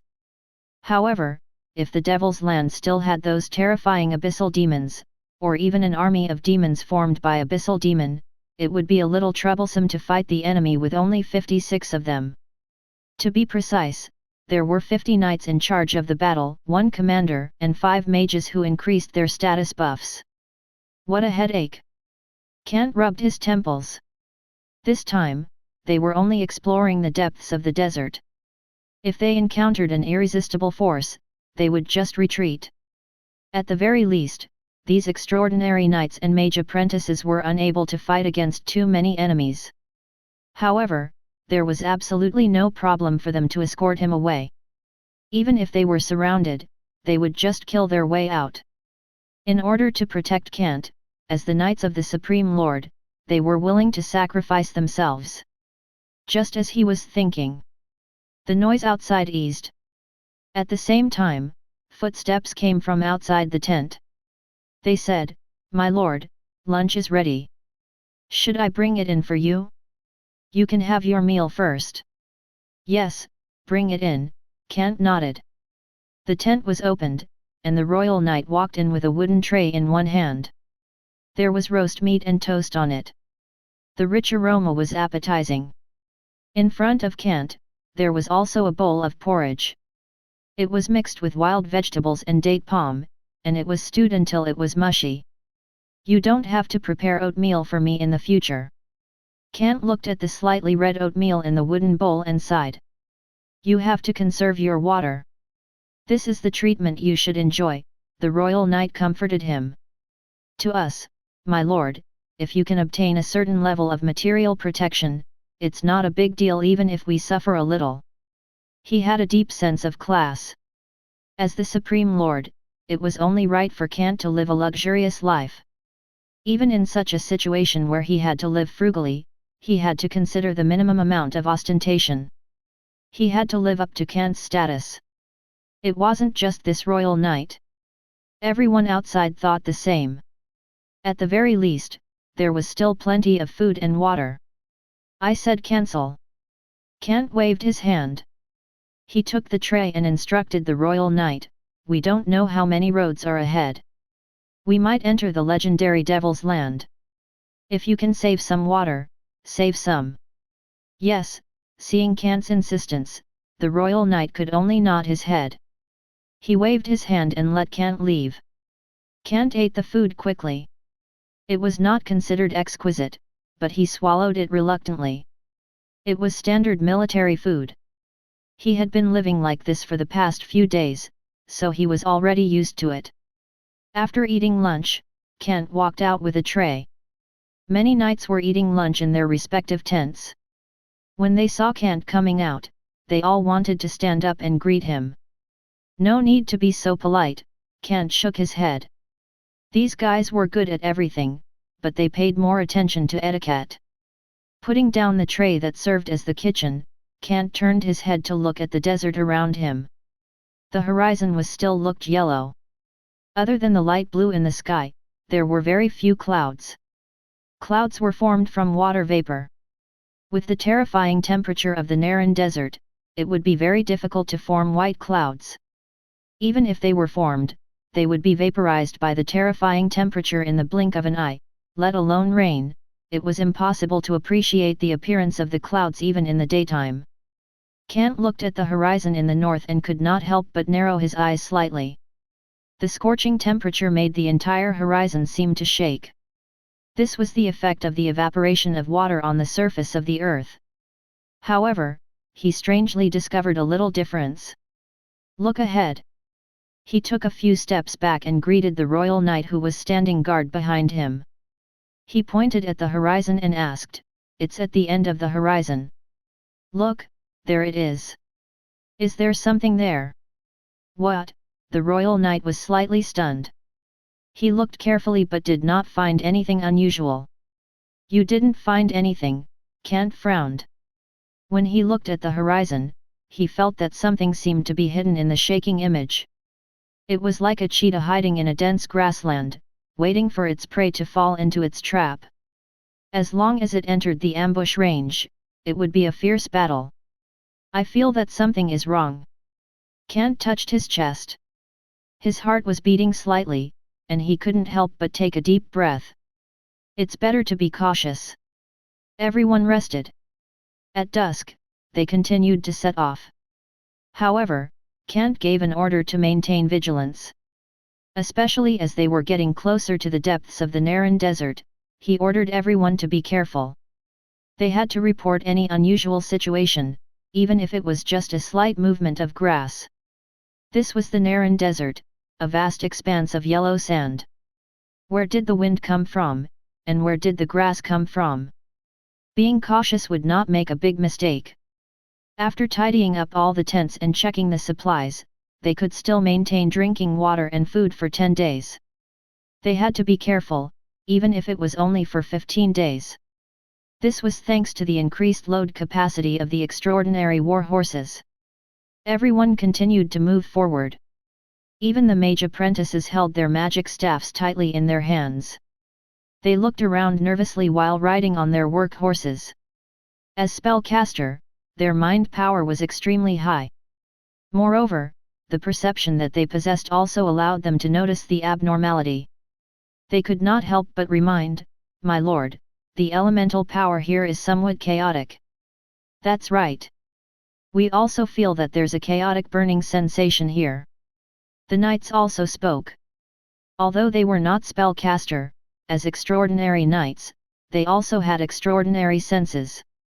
Kant nodded and said in a deep voice, "Everyone, be careful." The entire army continued to march forward. The dusk quickly faded. The dark starry sky began to cover the land. The moonlight was like soft gauze that covered the entire world, bringing with it a pure white soft light. In a short moment, the temperature in the desert plummeted. Everyone changed into leather clothes. Even the warhorse beneath them wore a fur cloak to keep them warm. The desert in front of them was a plain as far as the eye could see. If they moved a little faster, the movement would also increase the body temperature. Especially the warhorses beneath them, they no longer looked like they were exhausted by the sun. But Kent and the others were even more cautious. Because right in front of them, on the horizon under the moonlight, there was a group of figures marching in formation. Chapter 298, The Appearance of the Undead Skeletons. The sky was cloudless. The moonlight shone on the earth like a veil.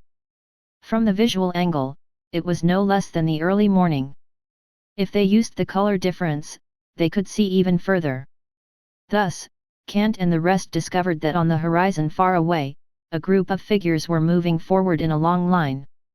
Although they could not see clearly, they could vaguely make out that they were a marching group. Moreover, according to their identification, they did not look like tall creatures like jack-allans. Instead, they looked like humans. How could there be humans in the depths of the Naran desert? Kant was puzzled by this. However, thinking about the so-called Golden Holy City, the so-called ancient survivors, and the so-called descendants of the gods, Kant felt slightly relieved. After all, even the abyssal demons could survive for 10,000 years, it was not impossible for the descendants of the gods to survive. The power of the gods was omnipotent in the myths. They could even turn the world upside down. They were powerful creatures that controlled the laws of time. They could even create the earth and the environment. Their power was extremely terrifying. This was unimaginable in the age of chaos. But they still needed to be cautious. Who knew if the gods who survived after 10,000 years were friends or enemies? Just by looking at the abyssal demons and the descendants of the gods who didn't seem to put humans in their eyes, even if they were friends, they wouldn't be any better. Would the former rich man be friends with the slave who cleaned the toilet in his villa? What a joke! Get ready for battle. Kant took a deep breath and ordered in a low voice, "Let's go and take a look first. It would be best if we can communicate with them. If we can't, then kill them." A fierce light appeared in his eyes. "Yes," the knights answered. "Let's go." Kant gently knocked the horse's belly and urged it forward. So what if they were the gods in the past? This was not the era of the gods in the past. Since they had already fallen and could be killed by conventional weapons, they better to give up humbly. Otherwise, Kant would not mind a massacre to maintain his rule. He would let these so-called gods see who the master of this era was. At the very least, Naran Desert belonged to Kant. Something's not right. The mage apprentices reminded him, "I keep feeling that there's a bit of coldness in this chaotic element." After a pause, they wrapped themselves in leather clothes. They shook their heads and added, "Perhaps it's because we're too cold, but I think it's best to be careful." "Of course, we have to be careful." Kant frowned and waved his hand forward. 30 Swadian royal knights were in front, and 20 Sarlian lion knights were at the back. They surrounded Kant and the 5 mage apprentices and sped up the pace of the warhorse they were riding towards the horizon. They also tried their best to slow down the sound of their warhorses' hooves and reduce the noise. However, just the hooves of these war horses' hooves stepping heavily on the sand layer. The sound was not too soft. The plains could not hide their figures. This was Kant's way of expressing goodwill. At least compared to more than 50 heavy armored cavalries charging over aggressively, it was as terrifying as a flood. This kind of gentle approach was more reassuring and more trustworthy. At the same time, it could show off one's martial prowess. The distance was getting closer. Kant's expression was slightly solemn. On the horizon, the group of figures moving forward seemed as if they did not see them and did not hear any sound. They were still moving forward. From afar, one could vaguely see the pale yellow robe and hood on their heads. It was extremely eye-catching under the moonlight, adding a bit of strangeness to it. The galloping sound of 55 war horses was definitely not quiet at all. Ordinary people could have heard it long ago. They might be able to ignore it, but at the very least, they had to turn their heads to look at the source of the sound. However, not only did the figures in the formation in front not look back, but they were also still walking forward, towards the depths of the desert. It was like a group of people worshipping, yearning for the sacredness in their hearts. Something's wrong. The mage apprentice beside Kant suddenly spoke. Looking at the group of people getting closer and closer, he gulped, his voice trembling. No, no, this feeling is extremely cold. It's coming from them, it's them. What is it? Kant frowned and berated in a deep voice. Be careful. Undead. The mage apprentices only had time to shout out this word. And in front of them, the royal knights were getting closer and closer to that group of people. A strange cold aura was immediately transmitted, but the royal knights at the front seemed to have noticed something. They were especially shocked and pulled the reins, shouting loudly, "Stop moving forward! The opponent is not human." Who? The warning of pulling the reins and making the war horses under them stop advancing was immediately transmitted over. However, it was right in front of them. The long row of undead that were originally densely packed in an orderly formation seemed to have been disturbed. All of them suddenly stopped advancing. Their pale yellow hoods and robes swayed slightly. Hundreds of people stood still on the spot. Then, they turned around. Flickering faint blue flames flickered in their eyes. With a hatred for the living, they opened their chins, which were only left with the bones, and let out a silent roar. Undead. Kant also gritted his teeth. His eyes widened, and everyone's eyes widened. There was also the mage apprentice, who couldn't help but say, "Those are the undead. They're already dead," and their obsession made them repeat what they did when they died. Now that they're resurrected, they can't be treated as living creatures at all. They're no longer human. His words were almost incomplete, and his vocabulary was full of flaws. He spoke without thinking. However, everyone understood what the mage apprentice meant. The enemy in front of them was not a human. That pale yellow hood and robe were clearly golden clothes that had been broken as the time flowed. In the cracks on the edges, one could still see the pale skeleton inside. There was also a blue ghostly flame dancing in the eye sockets. The entire skull looked extremely terrifying. It really looked like the skeleton had been resurrected and was staring at Kant and the others in a daze. The blue soul flame in the eye sockets began to burn more and more intensely, as if the emotions were becoming more and more intense, with hatred towards the living. They began to slowly step forward, reaching out their hands and pouncing over. There were more than 100 of them. More than 100 skeletons were stretching out their hands towards Kant and the others. Under the moonlight, they moved their skeleton legs slowly. It was as if they wanted to swallow any living thing alive. This was the most basic hatred of the undead towards the living. Finish them. Kant directly pulled out the sword of King from the sheath on his waist. Golden light immediately burst out from the gilded gold ornaments. The aura of a king instantly flowed, causing the surrounding coldness to dissipate. It shocked the group of white skeletons, causing them to suddenly stop in their tracks. The positive energy has a dispelling effect on the negative energy. The mage apprentices explained loudly. Kant raised the corner of his mouth. So they are afraid of this. Looking at the undead skeletons in front of him cowering and not daring to go forward, it was obvious that they were afraid of the golden light from the sword of King in his hand. Kant's expression instantly became solemn as he ordered in a deep voice, "Kill! Kill!" The royal knights also let out furious roars.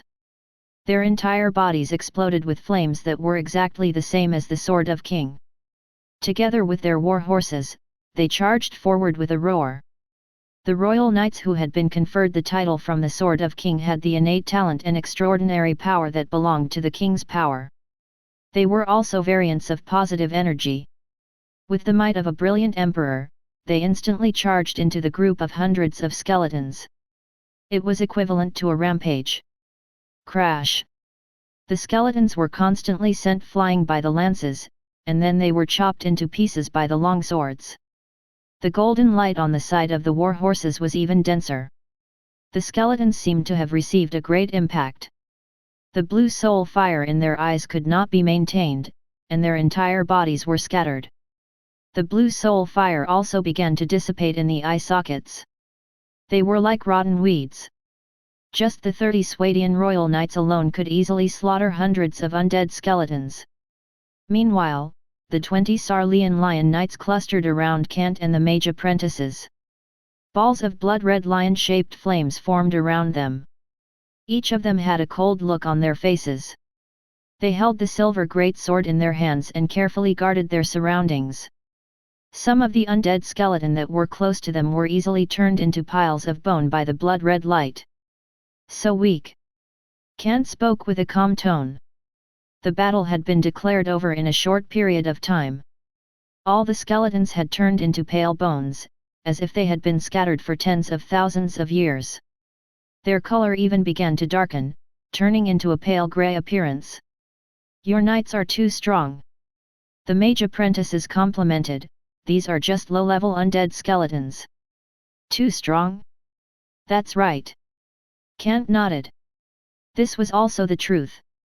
Whether it was movies or games in his previous life, only the undead that looked like skeletons were the lowest level existences.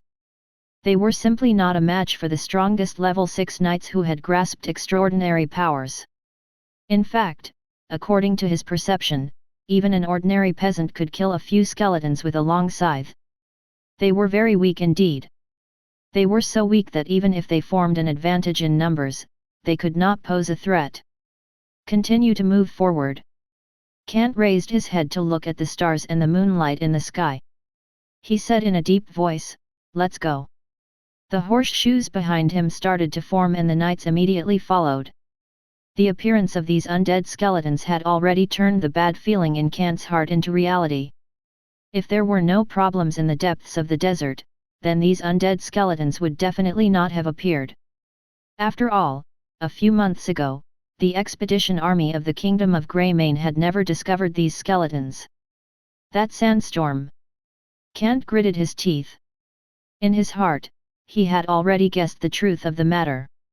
Just after that sandstorm, demons appeared in the ancient passage, and undead appeared in the depths of the Naran desert.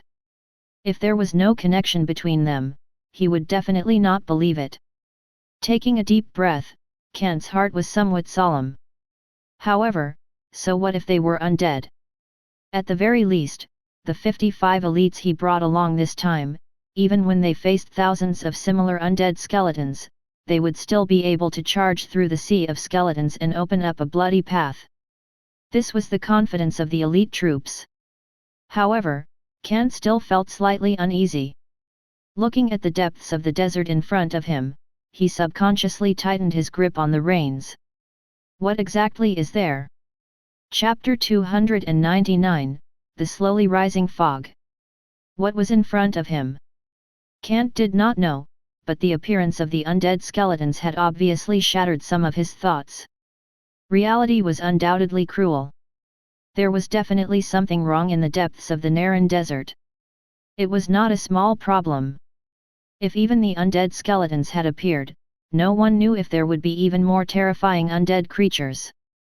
For example, in the temple in the underground city of the Karst Cave, the divine lich that claimed to be the Pope that was afraid by the mages from the Mage Tower of the Unfoth Empire that had been tested on the battlefield for a long time. This kind of strong opponent might even exist in the depths of Naran Desert. If it really appears, then it will be troublesome. Kant could not help but mutter to himself. The bones scattered all over the ground made him frown, but he still ordered in a low voice, "Continue moving forward." The knights looked at each other and restrained the extraordinary aura on their bodies. They returned to their normal state and surrounded Kant. They slowly rode their horses forward, but there was a grave expression on their faces. No matter what they encountered, they were always slightly shocked by such an inhuman enemy. But they were still fearless. Even if the dead were resurrected, they were still lambs waiting to be slaughtered under the horse's hooves and longsword. So what if they were undead? They were just a pile of useless broken bones. These knights were still quite confident in their own martial strength.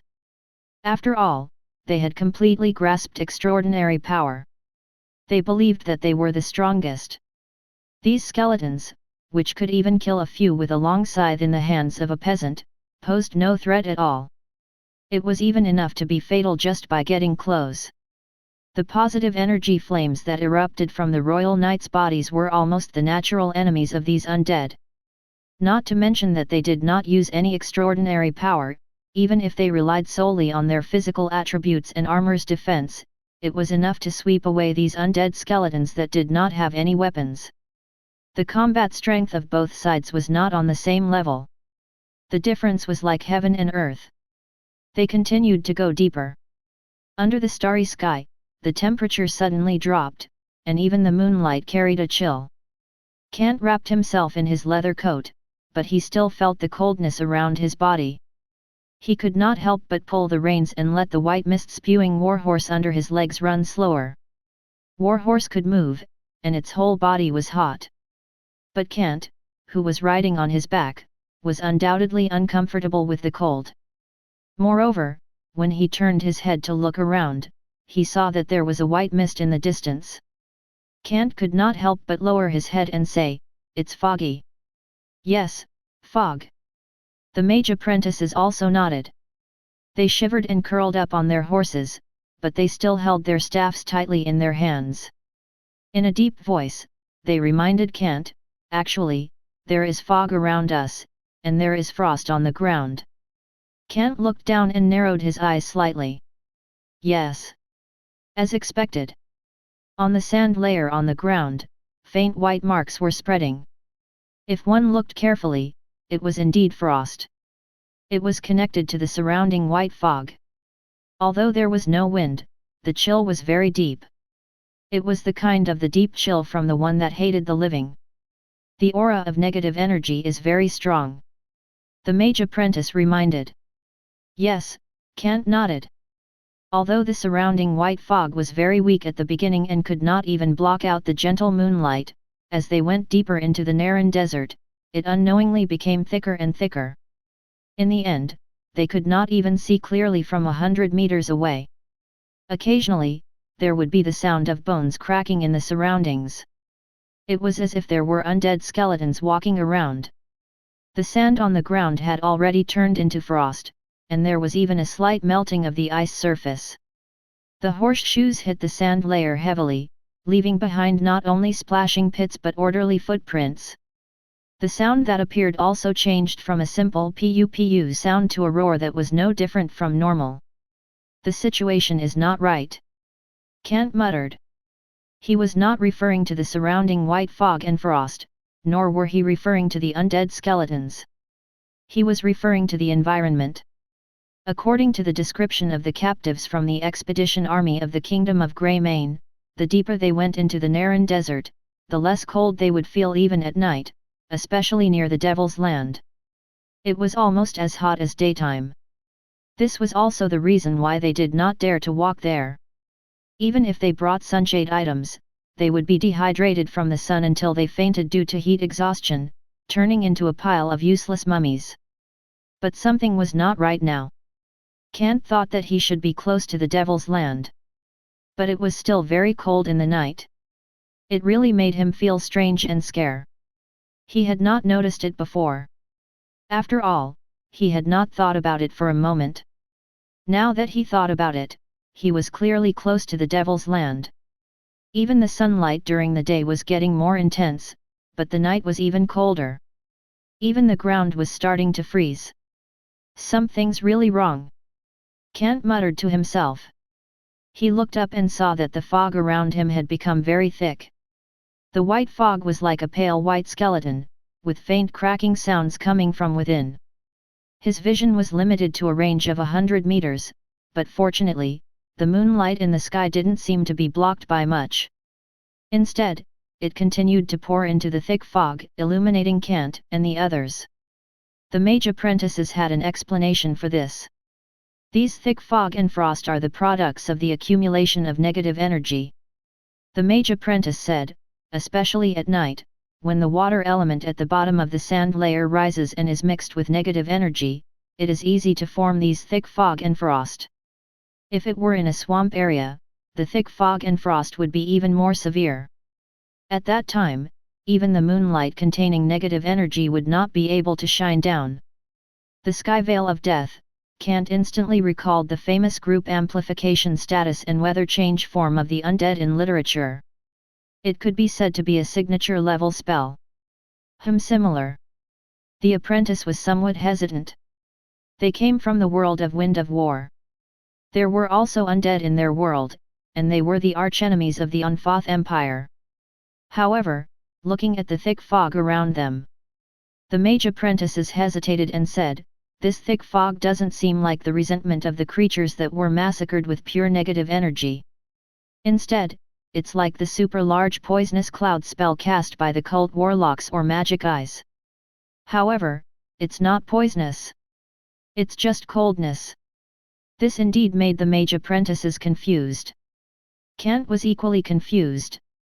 Shaking his head, his eyes stared straight ahead.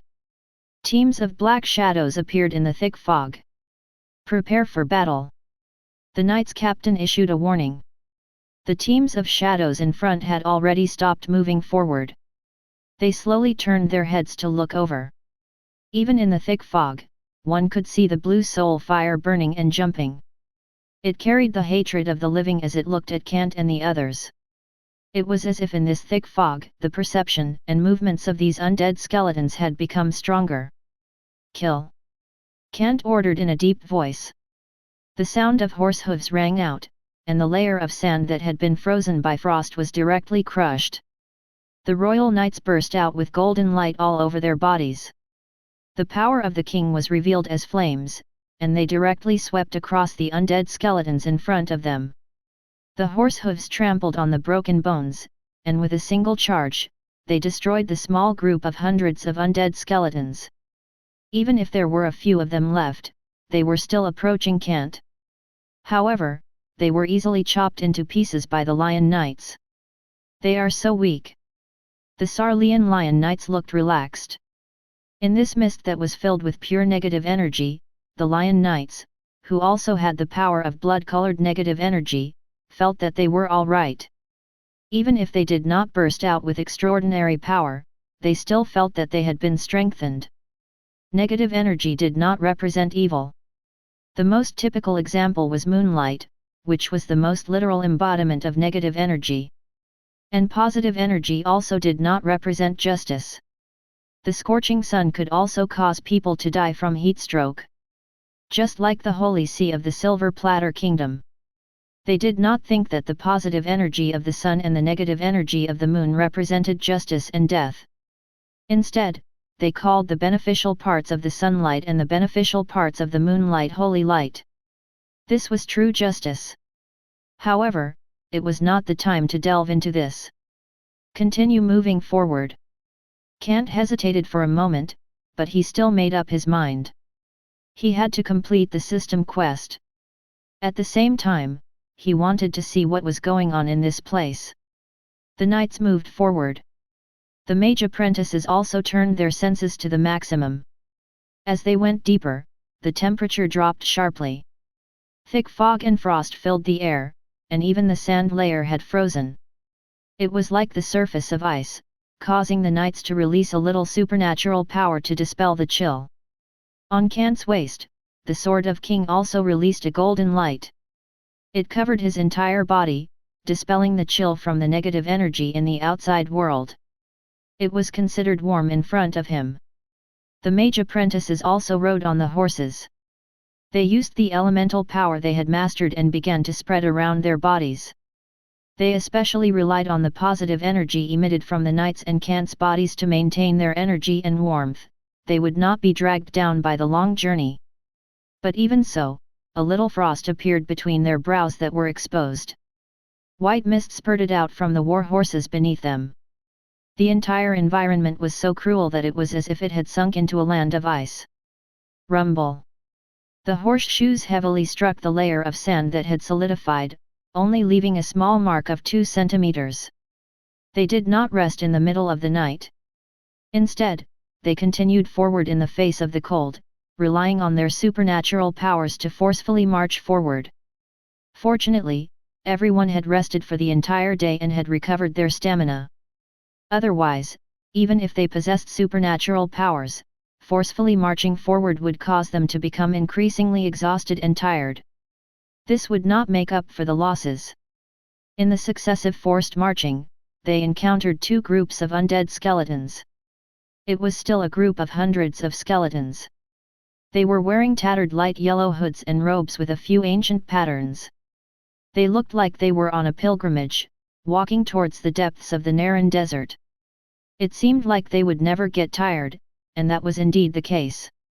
The undead did not get tired. As long as their bones and bodies were not damaged, they would move like perpetual motion machines.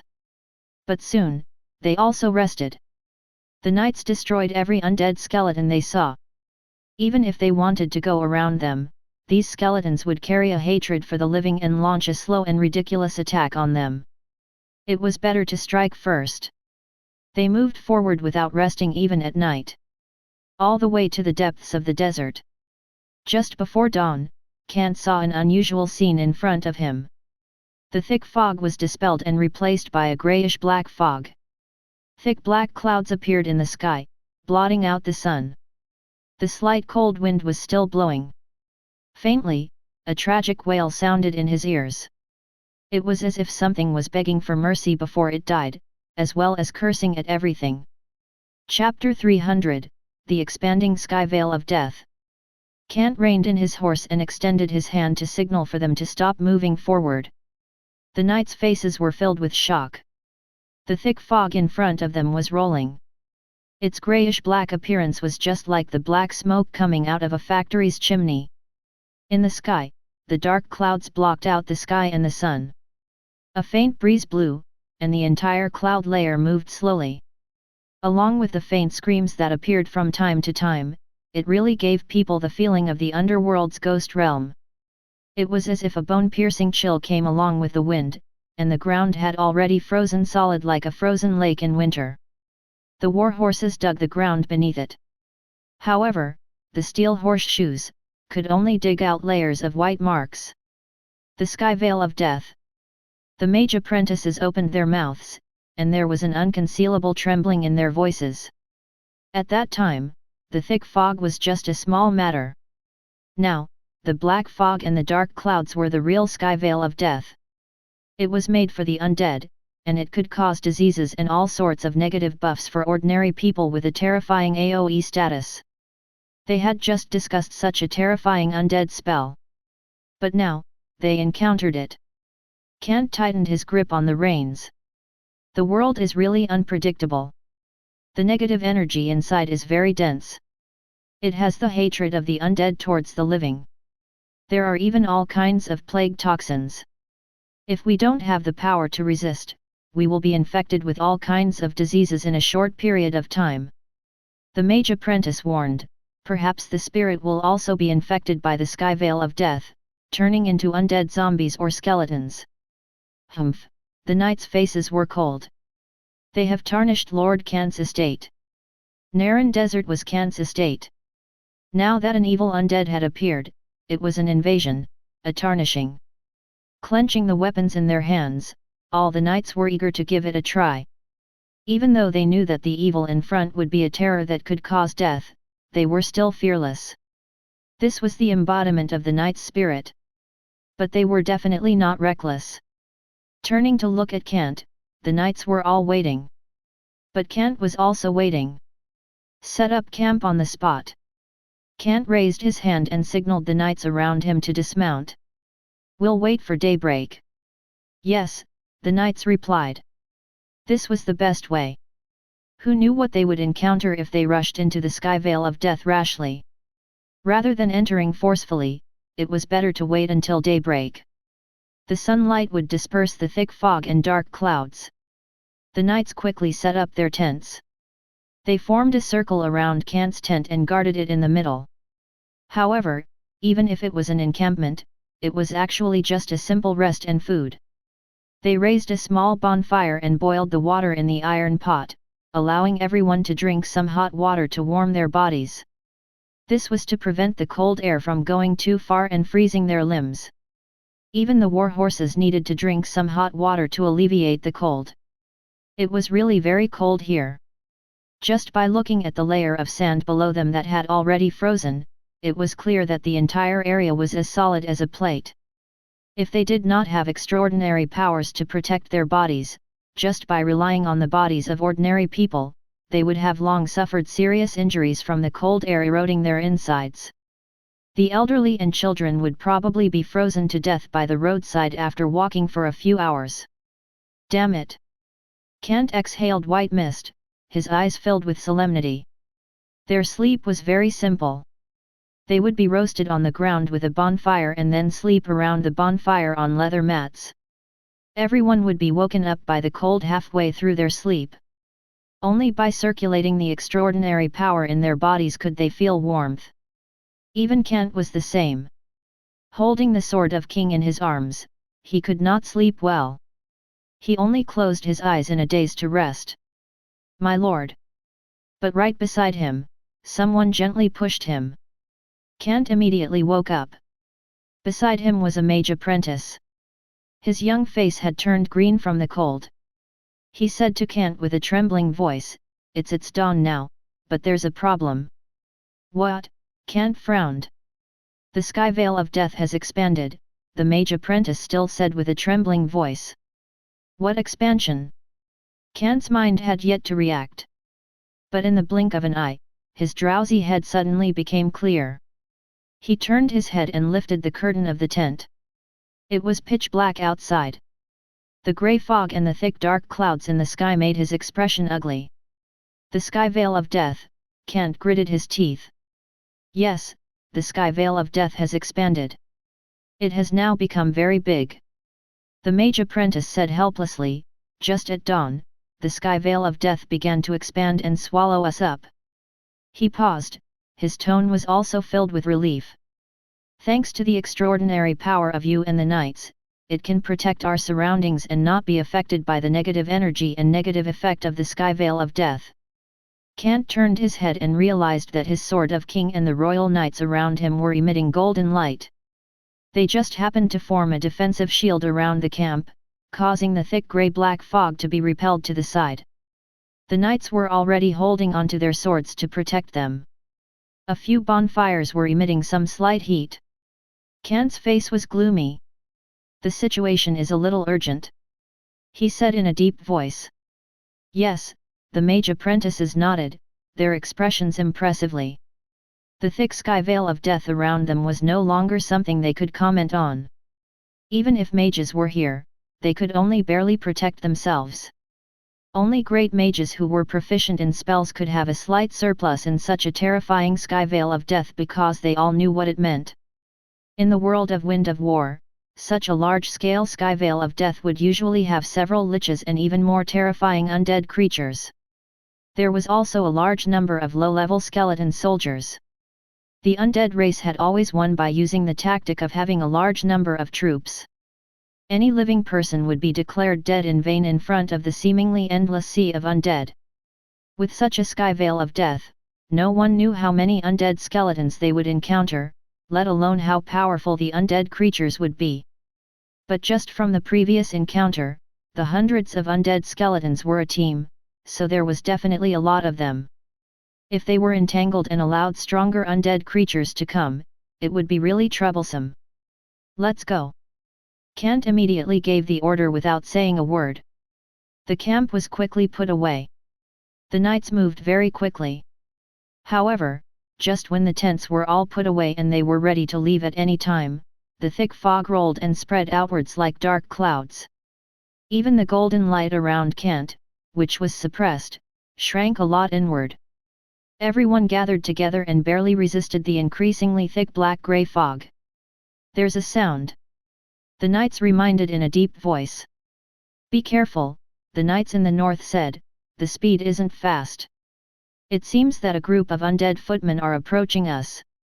They all had rich experience on the battlefield. It was even easier to distinguish the location by listening to the sound, even if the wind was accompanied by faint screams. Kant narrowed his eyes. In the thick fog in the north, he could roughly see an area of 30 meters. Caw-caw sounds appeared. One by one, black shadows broke through the thick fog with the sound of footsteps. They seemed to be holding long halberds and wearing light yellow armors. They walked step by step in an orderly and rhythmic manner. It was as if everyone's footsteps were the same. No, their steps were exactly at the same pace. Elite troops, this thought appeared in Kant's mind.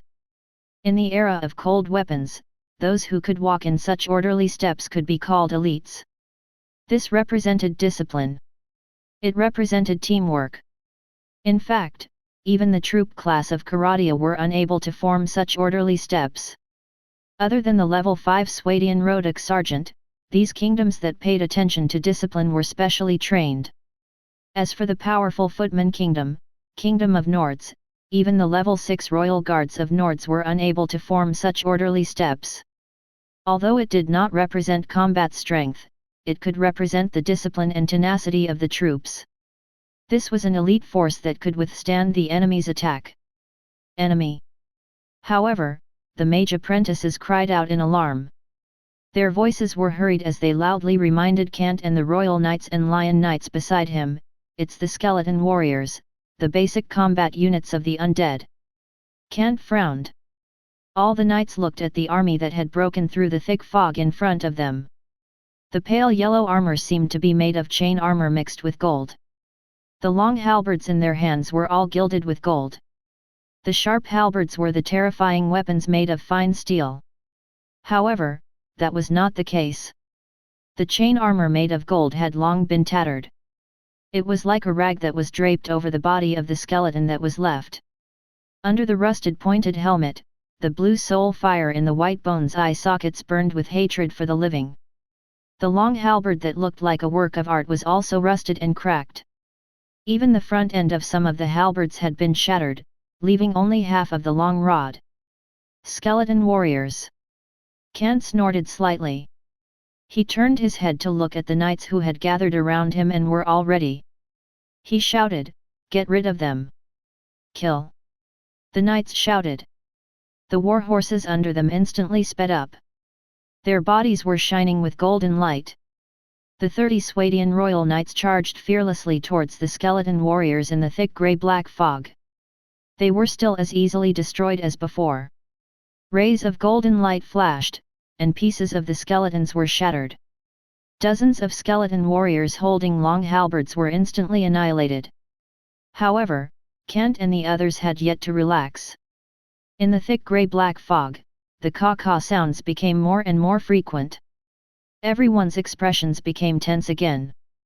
They held their weapons tightly and looked at each other. Then, they stared at the darkness in front of them because more enemies had appeared there. And the number of enemies was increasing. Prepare to retreat. Kant gritted his teeth, but he did not plan to go any deeper. If he continued to go deeper, who knew how many terrifying skeletons of the undead race he would encounter?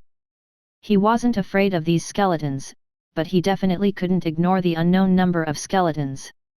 He knew nothing about the actual strength of the enemy. Only by knowing yourself and the enemy could you win 100 battles.